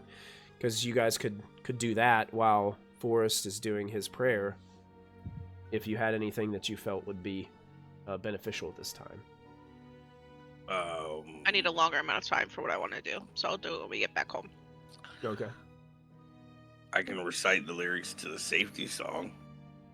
You Excellent. can answer if you want to. You can leave your Excellent. It's I do need to inspiring. concentrate a little bit. Yeah, it's definitely helping with the prayer. Well done. Yeah. So after this 10 minutes, what kind of healing are you able to grant the party there, Forrest? So I'll use one of my warlock spell slots. It'll be at 4th level. So we got 4d8 of healing and the benefits of a short rest to everybody. Oh. So everybody gets to roll their own 48, or you roll the 48 and everybody takes I'll just roll that? the 48. It's Got it. easier. There. That is 24 points of healing. 4 points of and healing. It's a short rest, so you can spend hit dice. You get all short rest things back. Well, with that healing, you just put Orcon up to full. And he takes a short rest, so I think I can click short rest here and just go take short rest. Confirm. And that should apply to his character sheet. This. Most of his stuff looks like it comes back on a long rest. That automatically applied my Yeah. healing. That's awesome.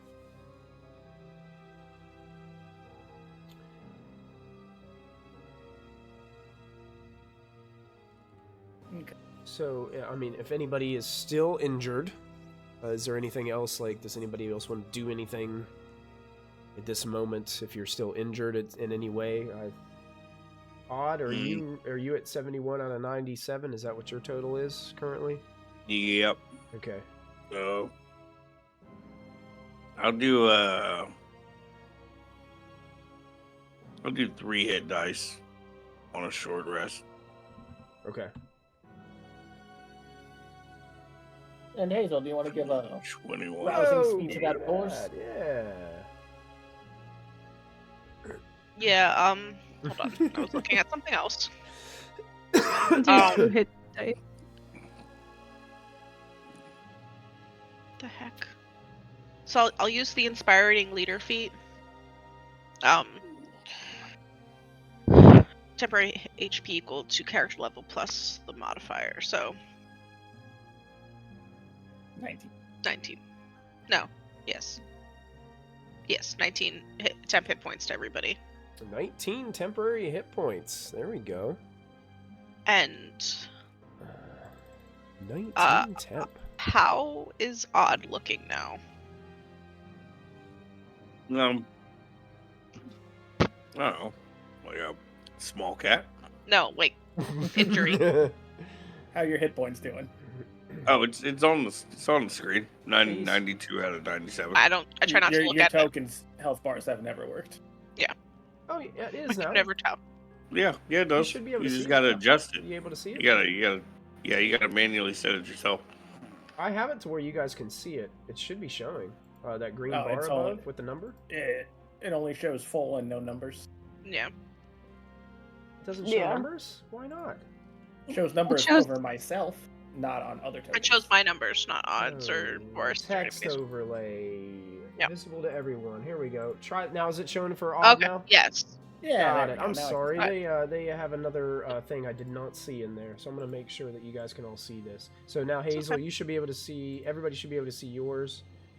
Mhm. Forest, I'm gonna change yours as well. So we're gonna make it visible to everyone. There's Forest. Now the Orcon. Oh, I clicked the wrong one. We go here. Oh, we don't need to see Orgons. There's We'll Orcons. save for next time. Selena's. I just got to remember to make sure I save this at the end of the game, so that way all the tokens are saved. There. So now you guys should be able to see the numbers now. Alright, since Over top everyone of it. seems okay, I'm not gonna do any more healing at the moment. You seem to have a few more scratches yourself. No, I'm fine. I don't know why it's Yep. not syncing. Can we turn the numbers back off now that I have jealousy that everybody has more HP than I do? Yeah. The moment you turned on Selena's, I wanted to walk out. of the room. Yeah. Selena's like a pretty tough little halfling. Right? That's The tiniest Could be person in related the to the room has the tough most feet, HP. It's just concentrated. I might have messed up rolling my hit dice when I made my character. That's entirely possible as well. Nah, you're fine. You're just tough. Good. Yeah. Shall we make You're our only way out? slightly behind Orkun and Forest, so. Oh, the 10 minutes would have caused Orkon to lose his flight ability, so he would be True. now walking upon the earth again.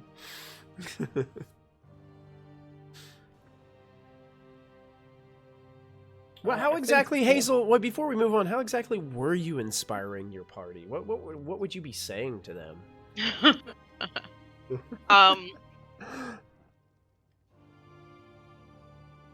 I had an idea for this, but me, the player, is not in the mood for it tonight. I thought about it over the weekend, but it's too goofy for the setting. Okay.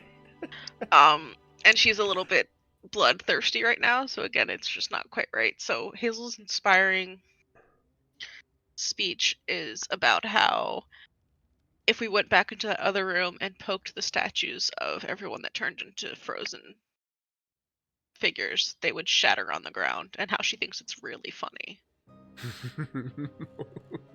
All right. Hazel's in a bit of a mood tonight, I think. Let's not piss her off any further.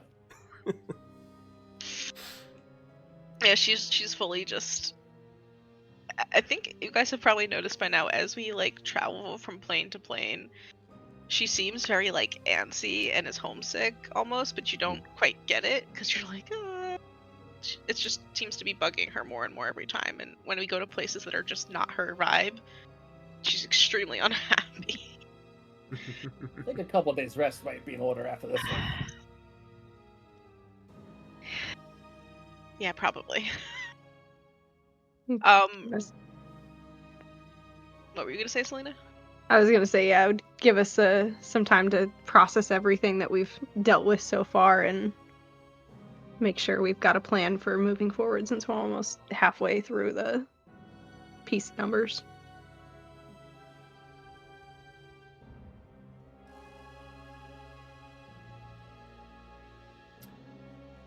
One thing I keep on forgetting to mention is you would probably, during this short rest, probably be snacking on something. So if you have any rations in your character sheet, go ahead and mark a day's rations off of your... I am terrible at remembering to do things like that. I started to finally remember to do it on Fridays. I don't think I ever added the ones we bought before.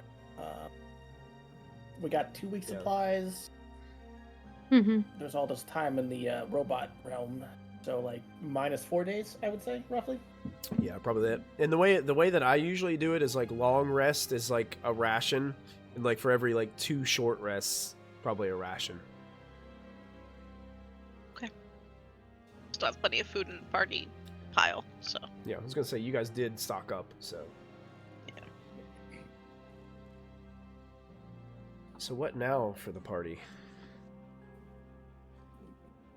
Selena's just gonna be observing everyone because that was a lot, and she's trying to like catalog everything she's seen. Those monsters were pretty crazy. Yes, take a quick peek in this other Hazel's room. definitely out of her element. You can tell by the way that she's responding to things and the words. She's not acting like Hazel.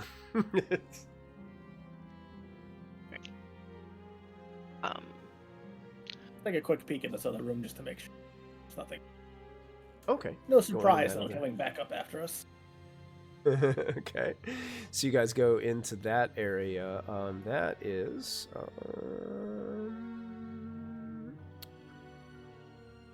this. The alcoves here feature chains ending in shackles attached to back walls. It looks like some sort of old prison. But looking through it, you can see that the alcoves are empty. But you can make an investigation check. Any of you that are going back there to look. Quick look around. Mm-hmm. Natural 20. Oh, look at that. So Odd doesn't really see anything other than chains and shackles. But as you're moving around Forest, I'm going to move you to a spot really quick. I'm going to move you to here. You do discover that there is a secret door that kind of, you get the sense, leads you into that other chamber, the ritual chamber. There would have been another way to bypass the portcullis. I'm going to open it, pop my head in, and just point at Gustav, and then go back through. He goes, Like the monkey in the closet from Family Guy. Sure. Actually, when you open it, pushed out, and it bumps one of the ice sculptures, and the ice sculpture tips forward and falls into the water.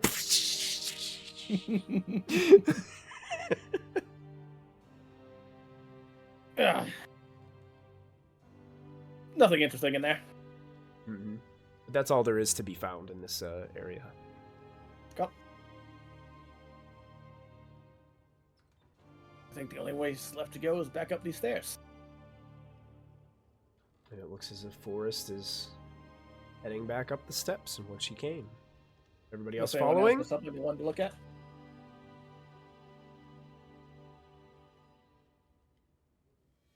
No, I'll just follow. Right, I'll grab everybody's tokens here. Now we'll move you guys up the stairs to the part where you guys came from. See if I can do this without getting you guys stuck in the abyss. You're stuck in the abyss temporarily. There we are. I'm going to put you guys in the stairwell here. That leads you up. Forrest, I'm going to have to move you one more up so I can make sure I get everybody in here. Understood. There we go. I'll wait till Odd moves and then put Orcon on there. So you guys come back up the stairs and around, and as you start heading back up north, you're back in that location of the kind of like the first level of the basement that you guys, when you came down, you started working your way through. So how exactly do you guys plan to traverse going forward? Yeah, I think if I remember correctly, just up here. Let's.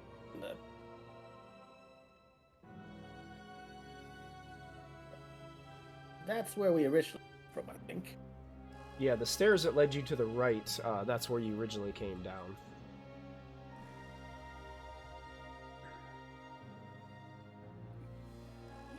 I feel like they have another path up that we haven't found yet. Let's look around a bit. The way we go, we don't know where those stairs actually. I don't know. I also, you gotta remember that we all can't see everything that you can see right now, so. Well, I mean, when we initially came down to this lowest level, we had teleported into that stairwell. Yes. We don't know where those stairs actually lead out of. No. We found the hollowness in the wall, and Orcon and I went into the wall and got lucky that there was a space in the wall. Essentially.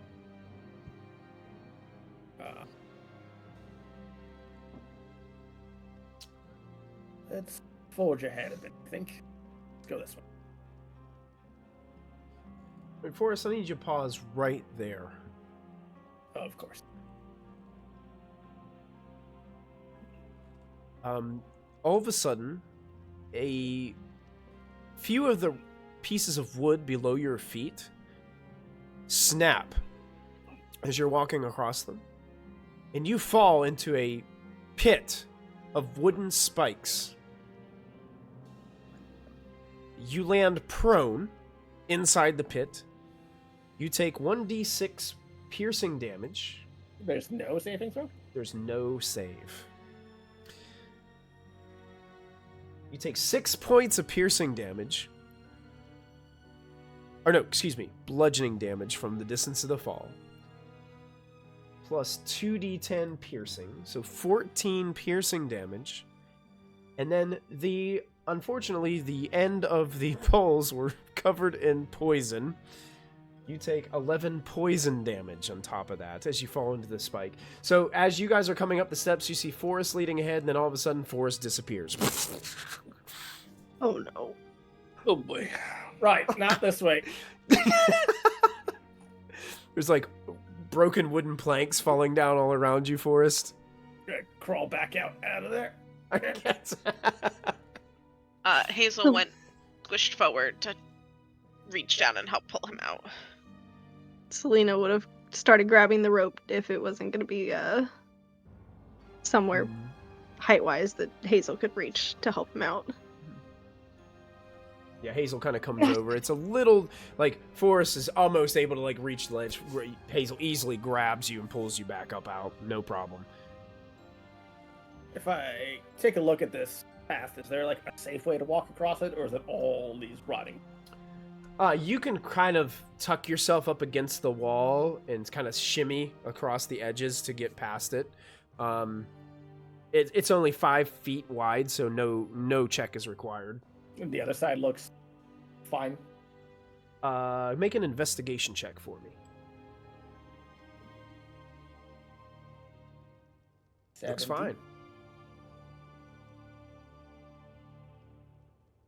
This is probably stupid, but I'm gonna try it. I'm gonna shimmy my way across. Okay. Okay. Do you want me to come? It's a good point. You usually have better eyes than I do. Selena moves off to the side to let Odd go past him. Yeah, Past her. Yeah, Odd, looks Hazel like would everybody's do like that. gesturing for you to go ahead and move ahead. And just hop over the pit, please. Yeah, really, the pit is not hard to hop over. It's only 5 feet, so as long as you guys can kind of just basically free hop over back and forth. Selena's gonna be like, Hazel, can you make sure I don't fall in? I just piggyback Selena for the step over because it's literally probably one of my like.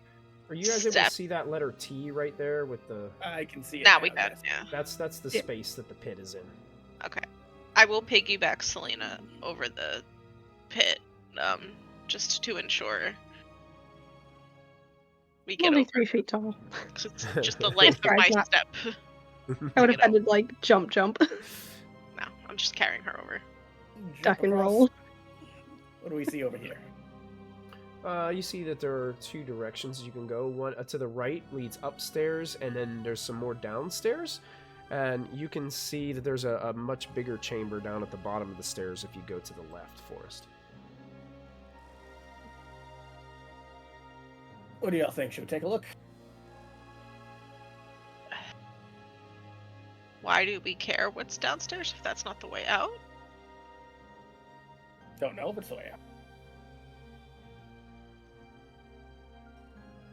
Hazel just shrugs. Like, she's like, get me out of the walls of this house. She's clearly losing it a little. Need to teleport out. We remember what the front door looked like, right? I will. I'll Selena's just go to kick- the entrance of this room and peer inside of it. What's it look? Okay. Yeah, you see that this area centers on a 4-foot diameter cistern in the middle. It has a 3-foot high stone lip. There's a wooden bucket that hangs from a rope and a pulley mechanism bolted to the crossbeams above this well. There are 5 small rooms with no doors that branch off the well, and you can see inside this room there is a chest that you're able to see inside that room. I think this might have been where some of them were staying. Oh, also in the corners of the room, the far corners, you see what look to be armor stands of pure plate armor. Like full plate? Yeah, full plate. Hmm. Kind of standing in corners of the room, and you see as you walk in, there are 2 standing along this way.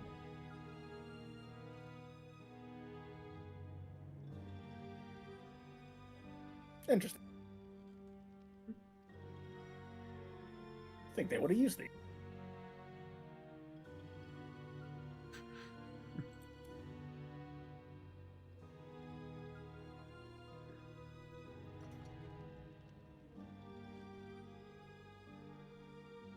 A few different rooms in here. Okay. Hazel looks back at Odd and Oh, Orkoth. Forrest, you can see 2 more chests in this location, down here and one to the north. This room, you can see the edge of a bed as well. It's like a bunk space. Look like a living quarters of some kind. Looks like they kept their personal belongings here as well. Selena Come kind of take a wants. look, Odd.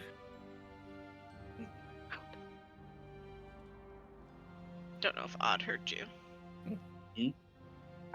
Forrest invited you to come look at the shinies. Does he know which way we went?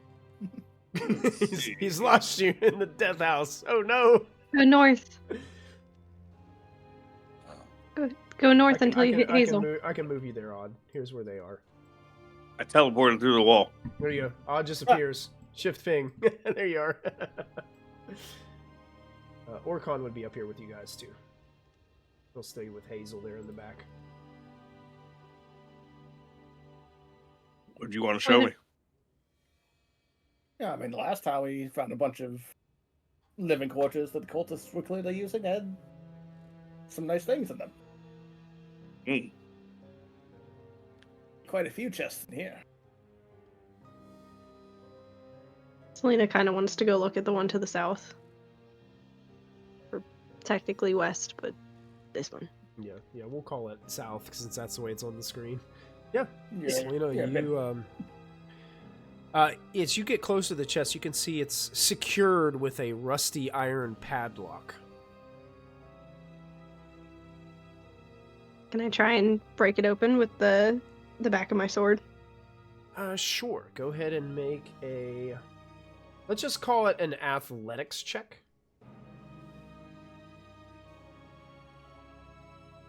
70? Okay, you hit it, but it's not enough to like actually break the lock. You can see a spark kind of fly off it. Some of the rust scrapes off, but it's still holding sturdy on the chest. I was thinking we could have Odd look it over for some traps, considering I just fell in one not 5 feet from here. Don't you worry. They might not have put them that close together, but you're right. We probably should have him look now that didn't work. Achilles, thank you for the 1d8 inspiration. Oh, we got a Plus the last 1d8 couple, coming in? Oh, I missed it. I was looking at the... Yeah, Achilles, welcome back. A d8 inspiration. I'm going to go ahead and put that into our rewards. You guys are up to 6 of those. Plus, I believe the last couple chests we found, one was a mimic, and the other one was trapped. So, just, odds are good, I'd say. Selena looks back at him like, oh yeah. Oop. Good thing that didn't work. Alright. Yeah, too excited. Odd still having his trauma, so to speak. Approaches the chest, and along out from his snapping fingers comes elementalism, where I am creating a thin shroud of sand that covers a surface, and I'm just gonna drop that sand right there on the chest to see if it's adhesive. Nope, doesn't stick. All right, now I am going to pull out my thieves' tools and jimmy the lock to the best of my ability. Okay. Go ahead and make a sleight of hand check for us. The thieves' tools. It's gonna be 24. Piece of cake. An easy lock for you, Odd, as it clicks open. Now, I'm going to inspect the chest to the best of my ability for any extra hinges or anything else that might spit out a poisonous dart or anything. You make an investigation check, sure. Okay. Alright, got a 23. Yeah, this chest is definitely not trapped, Odd. Okay. Now, I would like to cast Magic. yeah, detect magic or identify to see if it's a magically trapped lock. Do you have detect magic? Is that what you're casting? Let's see if I can find it here.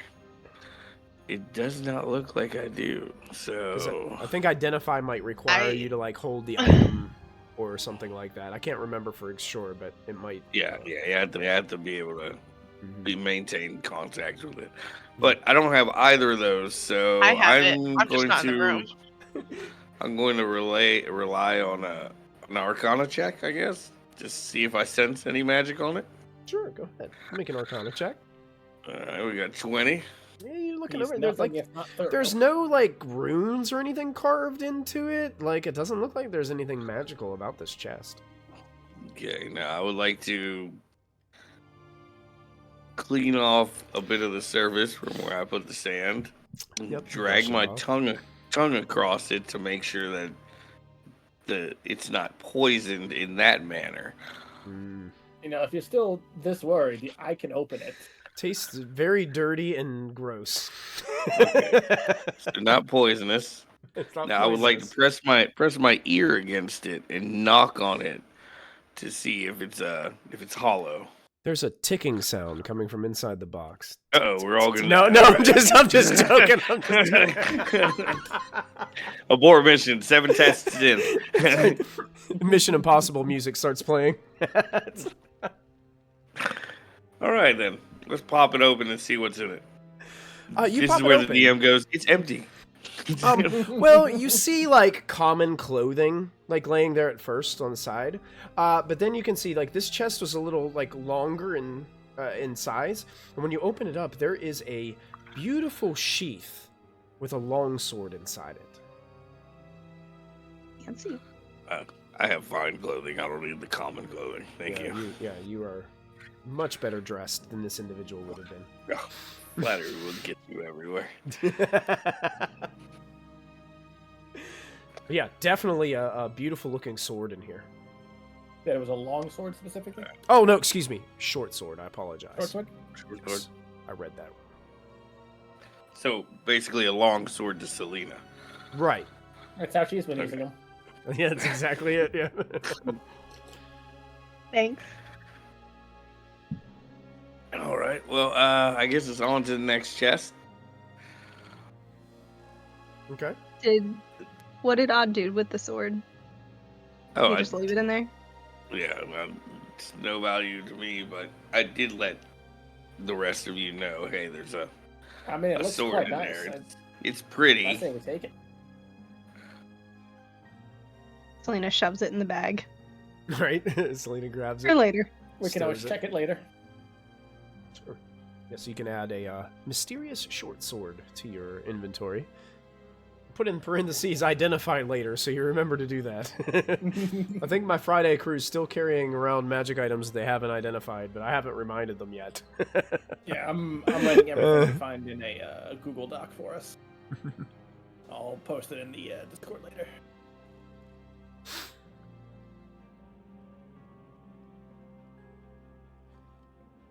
Excellent. So are you moving on to another chest? Yeah. Okay. We'll do this room on the other side of forest here. Hey, do me a favor. Make a what's your passive perception, by the way? Incredible. It's only 14. Okay, never mind. Keep on going. Proceed. Okay, yeah. Mine is 16 if it matters. 16? Okay. Wait, I just where wanted is to do Odd since he was kind of moving about the room for us. You're kind of just like standing there for a moment, so. Keep it watching. all right, so Keep- so odd being completely oblivious, just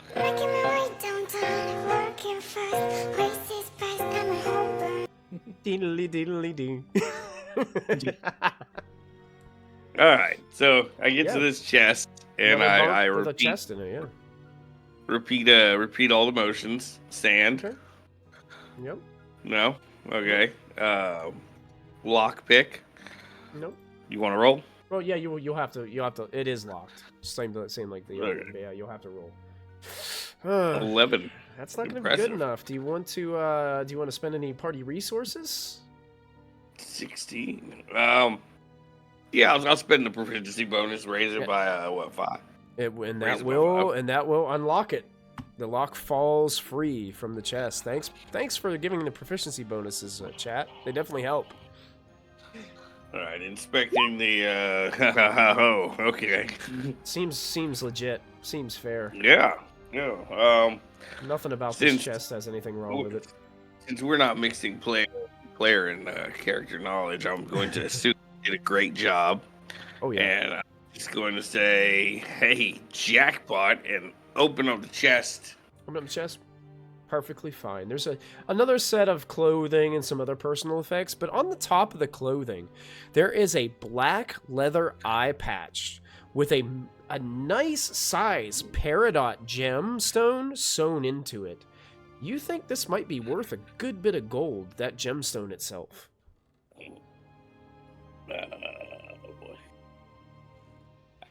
I can't remember what color a peridot gem is. It's like yellow. a very light green. Light green? No, Okay. Like a Almost, yellowish almost green. yellow, yeah. Like a yellow green, like almost like a lime green kind of, or more so towards the yellow side. August month. Lime August green, month, less okay. neon. Yeah, Got August it. birthstone or whatever. But yeah, not knowing any better, gonna go ahead and pop it open. You said no traps, so tell everybody else what's inside of it, because Okay. Odd just doesn't seem interested in the loot before him. Okay. Well, Odd, if you want to, there are 3 more rooms that look exactly like these. So if you'd like to go ahead and we can, just for the sake of brevity, say you're going into every room to unlock these, you can just roll 3 sleight of hand checks, and we can see if you can successfully open those chests to see what's in those as well. All right. Let's see. 1, 2. Wow. Trace. Wow. I'll tell you this, the only one that doesn't succeed is your last one.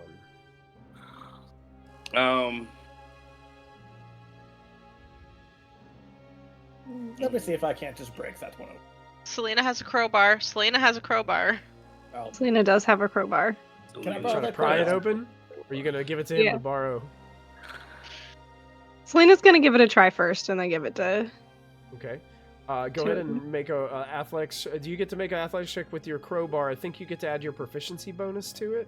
I want to believe. say it's actually advantage. Or is it advantage on the crowbar? What's the crowbar might have. Yeah, should be advantage on Advantage. strength check. Go for it. Yep. You can do a strength or strength athletics and make it with advantage. Advantage on strength. You got this. Nope, I don't. All right. You're trying. that It does works. not want to We go go. first. Let's see We what try. Get that 1 of 9 proficiency bonuses in there. Oh, and that one does it. You break it free, Forrest, with the crowbar that Selena gives you. Selena was like trying at first, and she moves out of the way, and Forrest comes in and just goes and opens that chest right up. I will tell you, you guys find these items, along with some other personal effects that are really worthless. It's just like somebody's clothing that is probably not a size that would fit any of you. There are, in one of them, you see that there is a pouch made out of human skin. But inside the pouch, it contains 110 gold pieces and 60 silver pieces. So you guys can add that to your loot. I'm gonna take the cash out of it and then just burn You said how much total? pouch away. 110 gold and 60 silver. Okay. There, another one of the chests had 3 pieces of cut jade in a folded pieces of black cloth. Okay. And the last one, you found a chess set with pieces made of obsidian, and I don't know if I'm going to pronounce this right, but Chalcedony? Does that sound right? Chalcedony.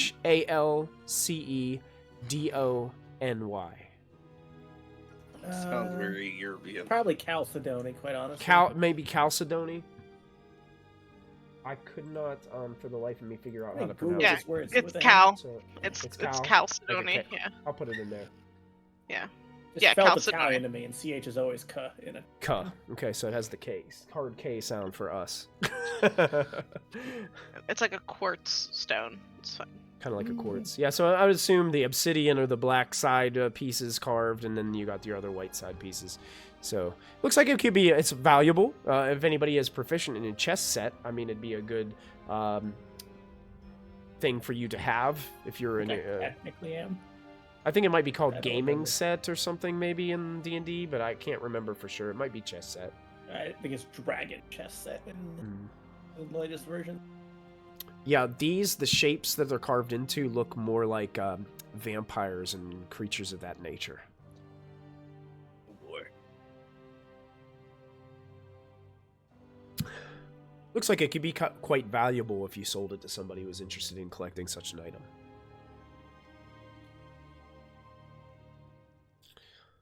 But that's out of the chest. That's what Odd's able to discover with your help in those chests, like looting this room.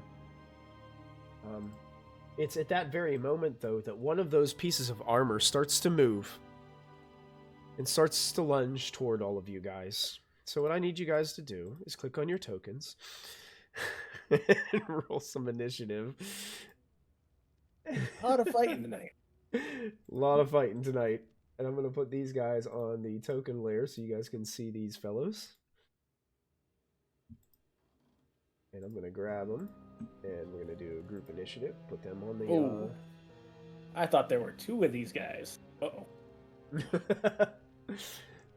There are more. Let me go ahead and put some more appropriate music on. What I had.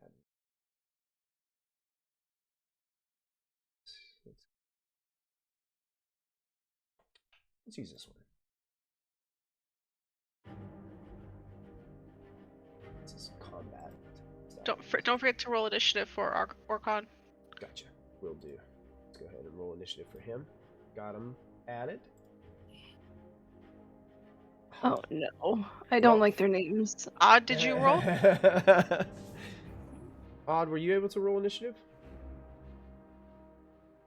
I don't know if he can. I don't- I think. I don't have him on my tracker. I wonder if his headset cut out. Odd, can you hear us? You can? Okay. Hmm? Did you roll initiative? Does not look like it went through. Hold on. I might have been clicking wrong. You might have had the wrong token. Yeah, it might have been. No? Okay, there I am. There you I'm go. at the You're very good. bottom. Now you're not, because you rolled a 22. Like, you guys roll crazy initiatives every single time. All right. Forrest, you can see these start to move. How do you respond? Oh boy. I assume this one's like actively lunging at me, so I'll take a couple swings at it. All right, going for horror number 2. Thinking I'm gonna do this. Yeah, I'll cast Divine Favor first. All right, Divine Favor. 22 to hit. Let me double check here real quick, but I think that is good. Yes, it is good. That will hit. Yeah. I assume these are constructs, undead. They are considered a construct, yes. 17 radiant from the attack. 17 radiant damage. 7 more from Divine Favor. Got it. Attack. 25. 25 hits. That'll be 16 from the attack. 2 more from Divine. 2 more from Divine Favor. And already with these two, like, carving through this, the Sunblade is having no problems just carving through this armor. You can see that the armor, as you pierce through it, it glows a little bit from the radiant light that's beaming through it, burning holes in the armor. It looks very badly damaged already, Forrest. Waste of perfectly good plate armor. End turn? Yeah, I'm good. Selena, you're up next. Selena is gonna move in front of Horror 4 Okay. and attack it directly with her flame sword. If she can click the right buttons. 13 to hit. 13 will not hit. Selena, would you like to No, spend it's okay. resources? This armor looks pretty durable. I think she'll get frustrated and then try again. Okay. 24 to hit. 24 does hit. 16. 7 piercing and 9 fire. 7 piercing, 9 fire. Let me double check. Make sure I'm doing this right. Yep. 16 damage. Seems to take all of that. And then a 25 to hit. 25 to hit definitely hits. 15. 15. This one also looks bloodied as well as you're carving through it. Selena, a flaming sword. Anything else? I would like to use one of my maneuvers. Okay. To try and disarm the horror. Oh, disarm. Okay. I think it has to make a saving throw of some sort. Target must succeed on a DC 18 strength saving throw or drop one object that I choose if Okay. it's holding. I will something. tell you, it is holding a massive shield and it's holding a long sword. But it did roll a 21 on its saving throw. Dang it. Does still take 2 more damage from the It does superiority take die. 2 more damage from your superiority die. That's right. So unfortunately, it doesn't drop its weapon, but it definitely feels the pain of that extra points of damage. I tried. You gave it your all. Anything else, or is that the end of your turn? That will be the end of my turn. All right, Odd. Seems like these suits of armor want to impede upon your progress. All right, well, unless somebody really announced it, or if the combat was loud enough to be heard. Yeah, you'll definitely hear it. And you can see there's a Coming out of massive my suit latest- of armor, like, trying to kill your friend, Forrest. Coming out of the last room that I had checked the chest on. I'm coming up behind Horror 2. Does he know that I'm here, or is he too focused on Forrest? He's focused on Forrest right now. Alrighty. Let's see what we got here. I don't want to hit Forrest with a cone. We're gonna do. Hit Forrest with a cone. I think this his signature spray of cards, I assume.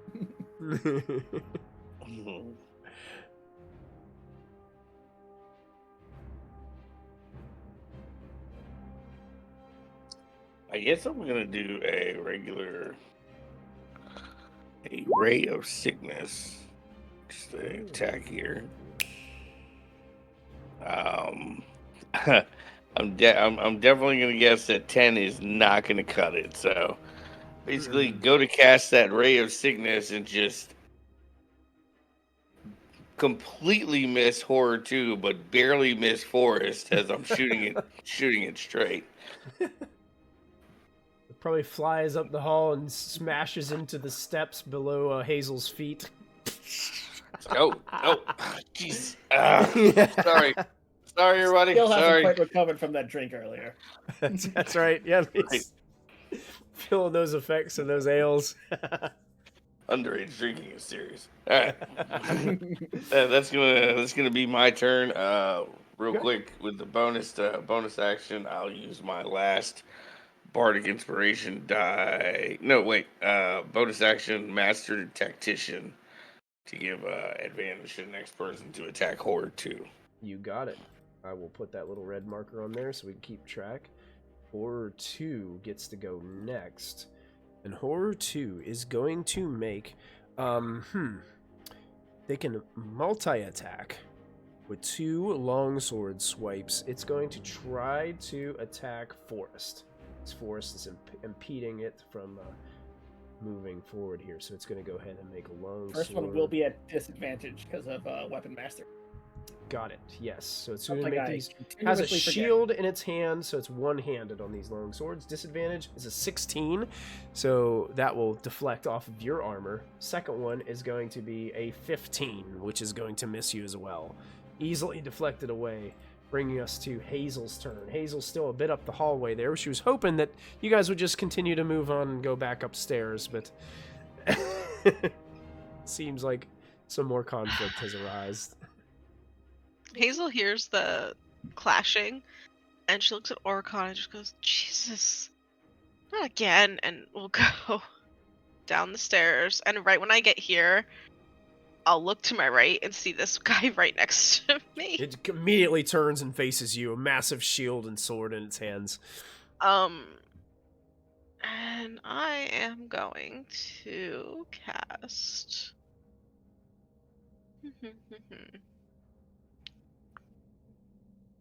I'm gonna look at it, but I'm gonna, because he's so close to me, I'm actually gonna cast over at the guy in the corner back here. I don't know how to do that ping thing. Horror one. Okay, yeah. And I'm gonna throw a starry wisp at him. Is this so this is a range, it counts as a ranged It's range, attack? yeah. So technically Horror 3 is in melee with you, so you would technically have No, disadvantage. I'm throwing it at horror 1 across the room. I know, I'm you looking at... still have disadvantage because you have an enemy okay. within melee with you. So anytime you have melee, it's like combat going around you, it's harder for you to like cast spells across the room. Oh, and I did see you guys got a D6 inspiration that was given by Big Bad a little while ago that I missed. So you guys have a D6 inspiration. So you guys are, have 7 of those. All right. So considering I would get disadvantage, Hazel just goes, I hate it here, and her squirrels burst out. Squirrels, yes. Conjure woodland beings is out. Conjure woodland beings. That was a 10-foot radius, I believe. Yes. And what did we make that? Whenever color? the emanation enters the space of a creature, you can see. And whenever a creature enters, there it is. Boom. Squirrels. Maybe just a little further in, you can get everybody. Yeah. As the squirrels come out, I'll move forward to here. Yep, that would be everybody's space. So when they first enter in, so that means they save right now, I believe. Yeah, wisdom save 18.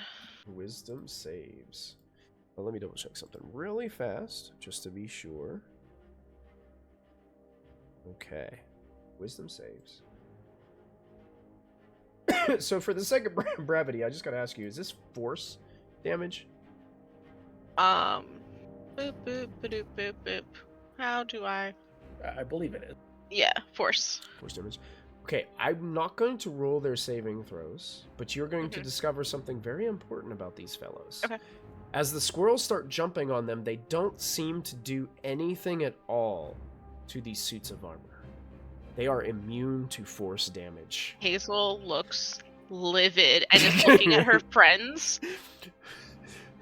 One of the squirrels is holding an acorn and just beating it off of the head of one of the armor pieces, and it's not doing anything. And as Hazel realizes her squirrels do nothing, she looks at all of her friends who came into the room and started messing around with stuff. And she goes, we could have been out of this building by now, and now my squirrels don't even get a darn snack. But you found the Chinese. No. Her eyes are almost going like cloudy with anger. She's so not good in this house right now. And her squirrels look very upset and are squeaking like mad as they try to bash things with acorns, and it's not working. This house Alina just starts not whispering, good I'm to sorry. Hazel. Yes. Note, when she says she looks at everybody in the room, she's not looking at Selena. I looked at Shiny. I tried to open the chest. She's just like, oh no. We pissed off Oh. Hazel. Not good. She's very upset her squirrels don't get to have any fun. But they're still there. That's my turn. Okay. Sure, we can find other stacks for your Or squirrels. 3 is the one closest to you, Hazel. It's going to multi-attack you with its longsword. First attack, only 11. I believe you easily dodge out of the way of that attack. The second one is only a 9, so you just easily dodge in your frustration that you're unable to do any damage to these things. What is Orcon gonna do, guys? Made when in doubt, Eldritch Blast. He's gonna come into the room. He's not liking it because he's in like range with everybody now.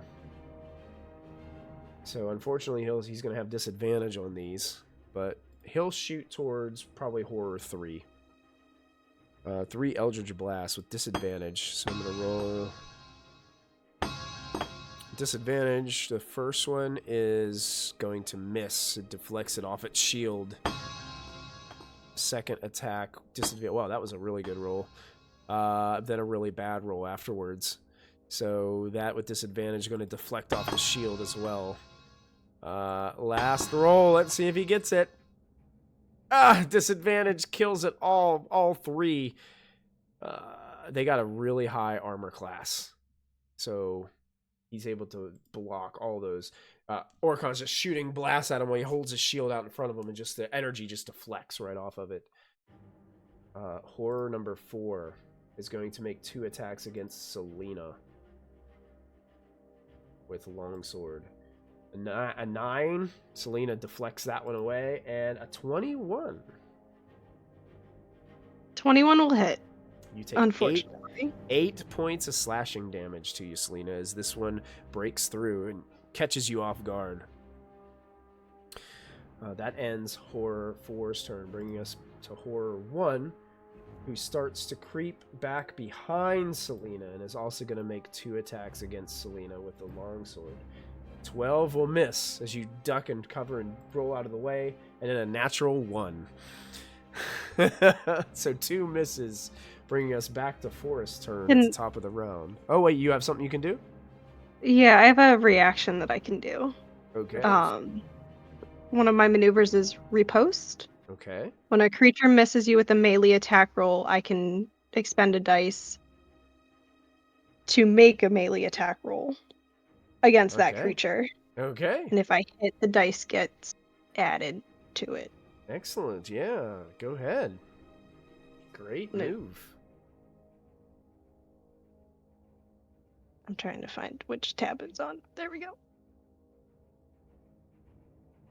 All right, 9. So wait, You just have to roll to hit like a normal attack. Oh, you're rolling D10s for those now. Oh, okay. Yes.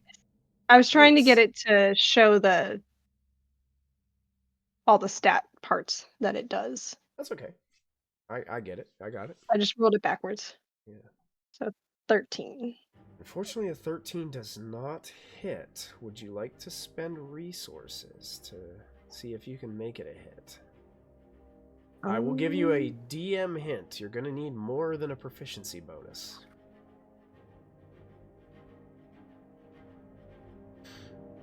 No. That's okay. Gonna let it go? Yeah. Okay. She tried. All right. Got it. So you make a swing. Unfortunately, is unable to hit. That does bring us to Forrest's turn, though.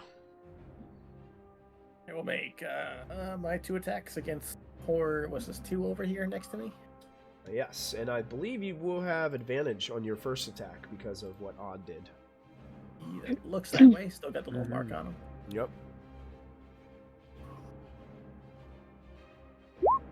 28 to hit. Yes, indeed, it does. That is 13 from that, and another 6 from Divine Favor. And that piece of armor crumbles into pieces and falls to the floor.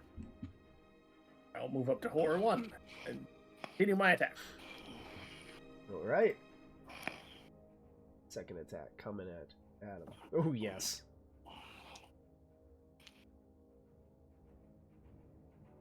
15 from the attack. 15. And just one more from Divine. One more from Divine Favor. Gotcha. All right, carving through Horror 1, Forrest lunges to help Selena. Speaking of Selena. You okay, David? Oh, I did a major mistake. Uh-oh.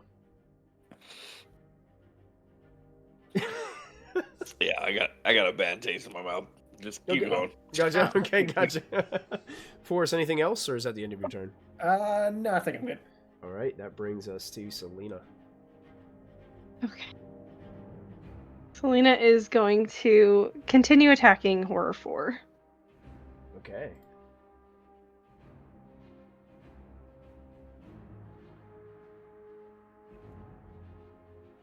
$24 to hit.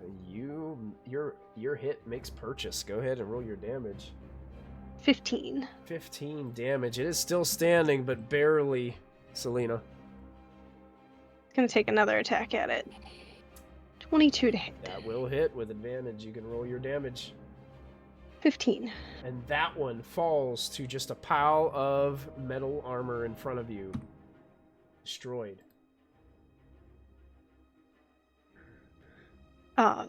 She's gonna watch it fall and then whip around or whip to the side, I guess, and go for Horror 3. Horror 3, you got it. 23 to hit. That will strike it true. Go ahead and roll your damage. 17. 17. Carving away at these things, Selena. Anything else on your turn? I think that will be... She wants to try and trip him. Okay. Trip attack. Okay. It has to make a saving throw. Strength I add the dice to the damage roll, so 10 gets added to that 17. And it has If the target is large or smaller, it must succeed on a DC 18 or have the prone falls strength. to the ground. So now it is prone. It is prone on the ground, and it takes 10 extra damage. Well done. Definitely looks pretty badly hurt, and now on the ground in front of Hazel. Finally remembering to use those. There you go, using your maneuvers. That's good. You're learning. Odd, you're up. Int save. On Horror 3 or Horror 1? Or both? Looks like 3. 3? Gotcha. Intelligence saving coming right up. It's a 6. All right, that's gonna What? fail. Is it low intelligence saves? They're not very intelligent. We're gonna do 9 psychic damage to it. 9 psychic damage. Let me see something really quick. Yeah, seems like psychic damage definitely affects it. All right. And then on its next saving throw, it's gonna subtract 1d4. 1d4 from its next saving throw. Yep. And that'll do it for me. All right, Odd's turn ends. Are you fine where you're at in that little alcove there? Oh yeah, no, I'm safe. You like okay? Thank you for asking. Yeah, just looking out for you, buddy. Okay. Hazel, kind of crowded where you're at. What would you like to do? She's tired. So she just looks down at Horror 3 on the ground Mm-hmm. and will just poison spray down at it. I know it's disadvantage because it's... Well, don't forget, your Conjure Woodland Beings also lets you disengage as a bonus. Oh, that's a pretty cool feature. It doesn't matter right now. Okay, you could disengage, Yeah. move away, and then cast your poison spray. That is I don't know true. if she's not thinking clearly enough to use the scrolls to her advantage Just right throwing now. it out there. Okay, yeah. Yeah, you can go ahead and make your attack with disadvantage. That rolled... Why? I clicked disadvantage and it still only rolled 1. Whatever. Go ahead and roll again there. Okay. 16 definitely misses, but you could spend resources. Turn it into a hit. No, she's just angry, and so she's just gonna sit here and be angry. blasting down towards this thing. It's got its shield up. It's blocking Yeah. your poison spray from hitting it. She's just not happy right now. After that fails, her squirrels kind of being like, "Oh, the idiot's not paying attention. We'll come pick her up and move her over here." It's not even her conscious choice. It's her squirrels are like, "Well, we can't kill anything. Let's get her out of here." And like a tidal wave of squirrels just pushes her aside. You're like laying on these squirrels as they're it's like a moving crowd you through surf. the room. An That's right, a unwilling crowd crowd surf surf. out of there. I love it. Excellent. That will bring us up to Horror 3, who uses half of its movement to stand, because it doesn't want to be prone there.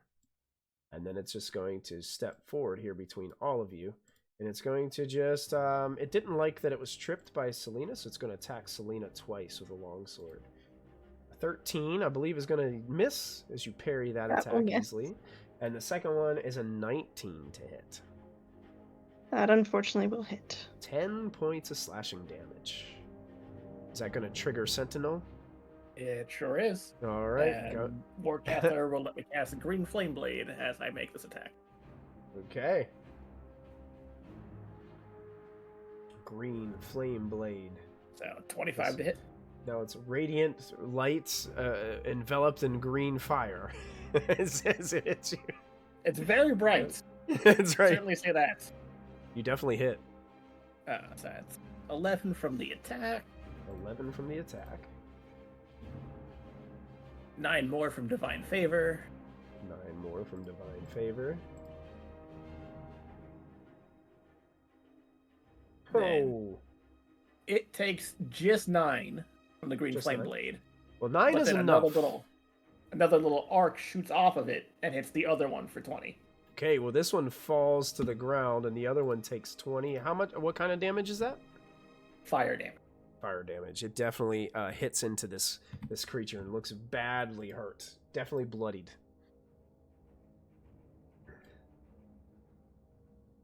And that will bring us to Orcon's turn. So Orcon's just going to shift over.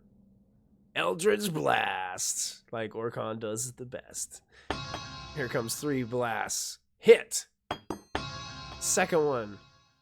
Miss, deflected from the shield.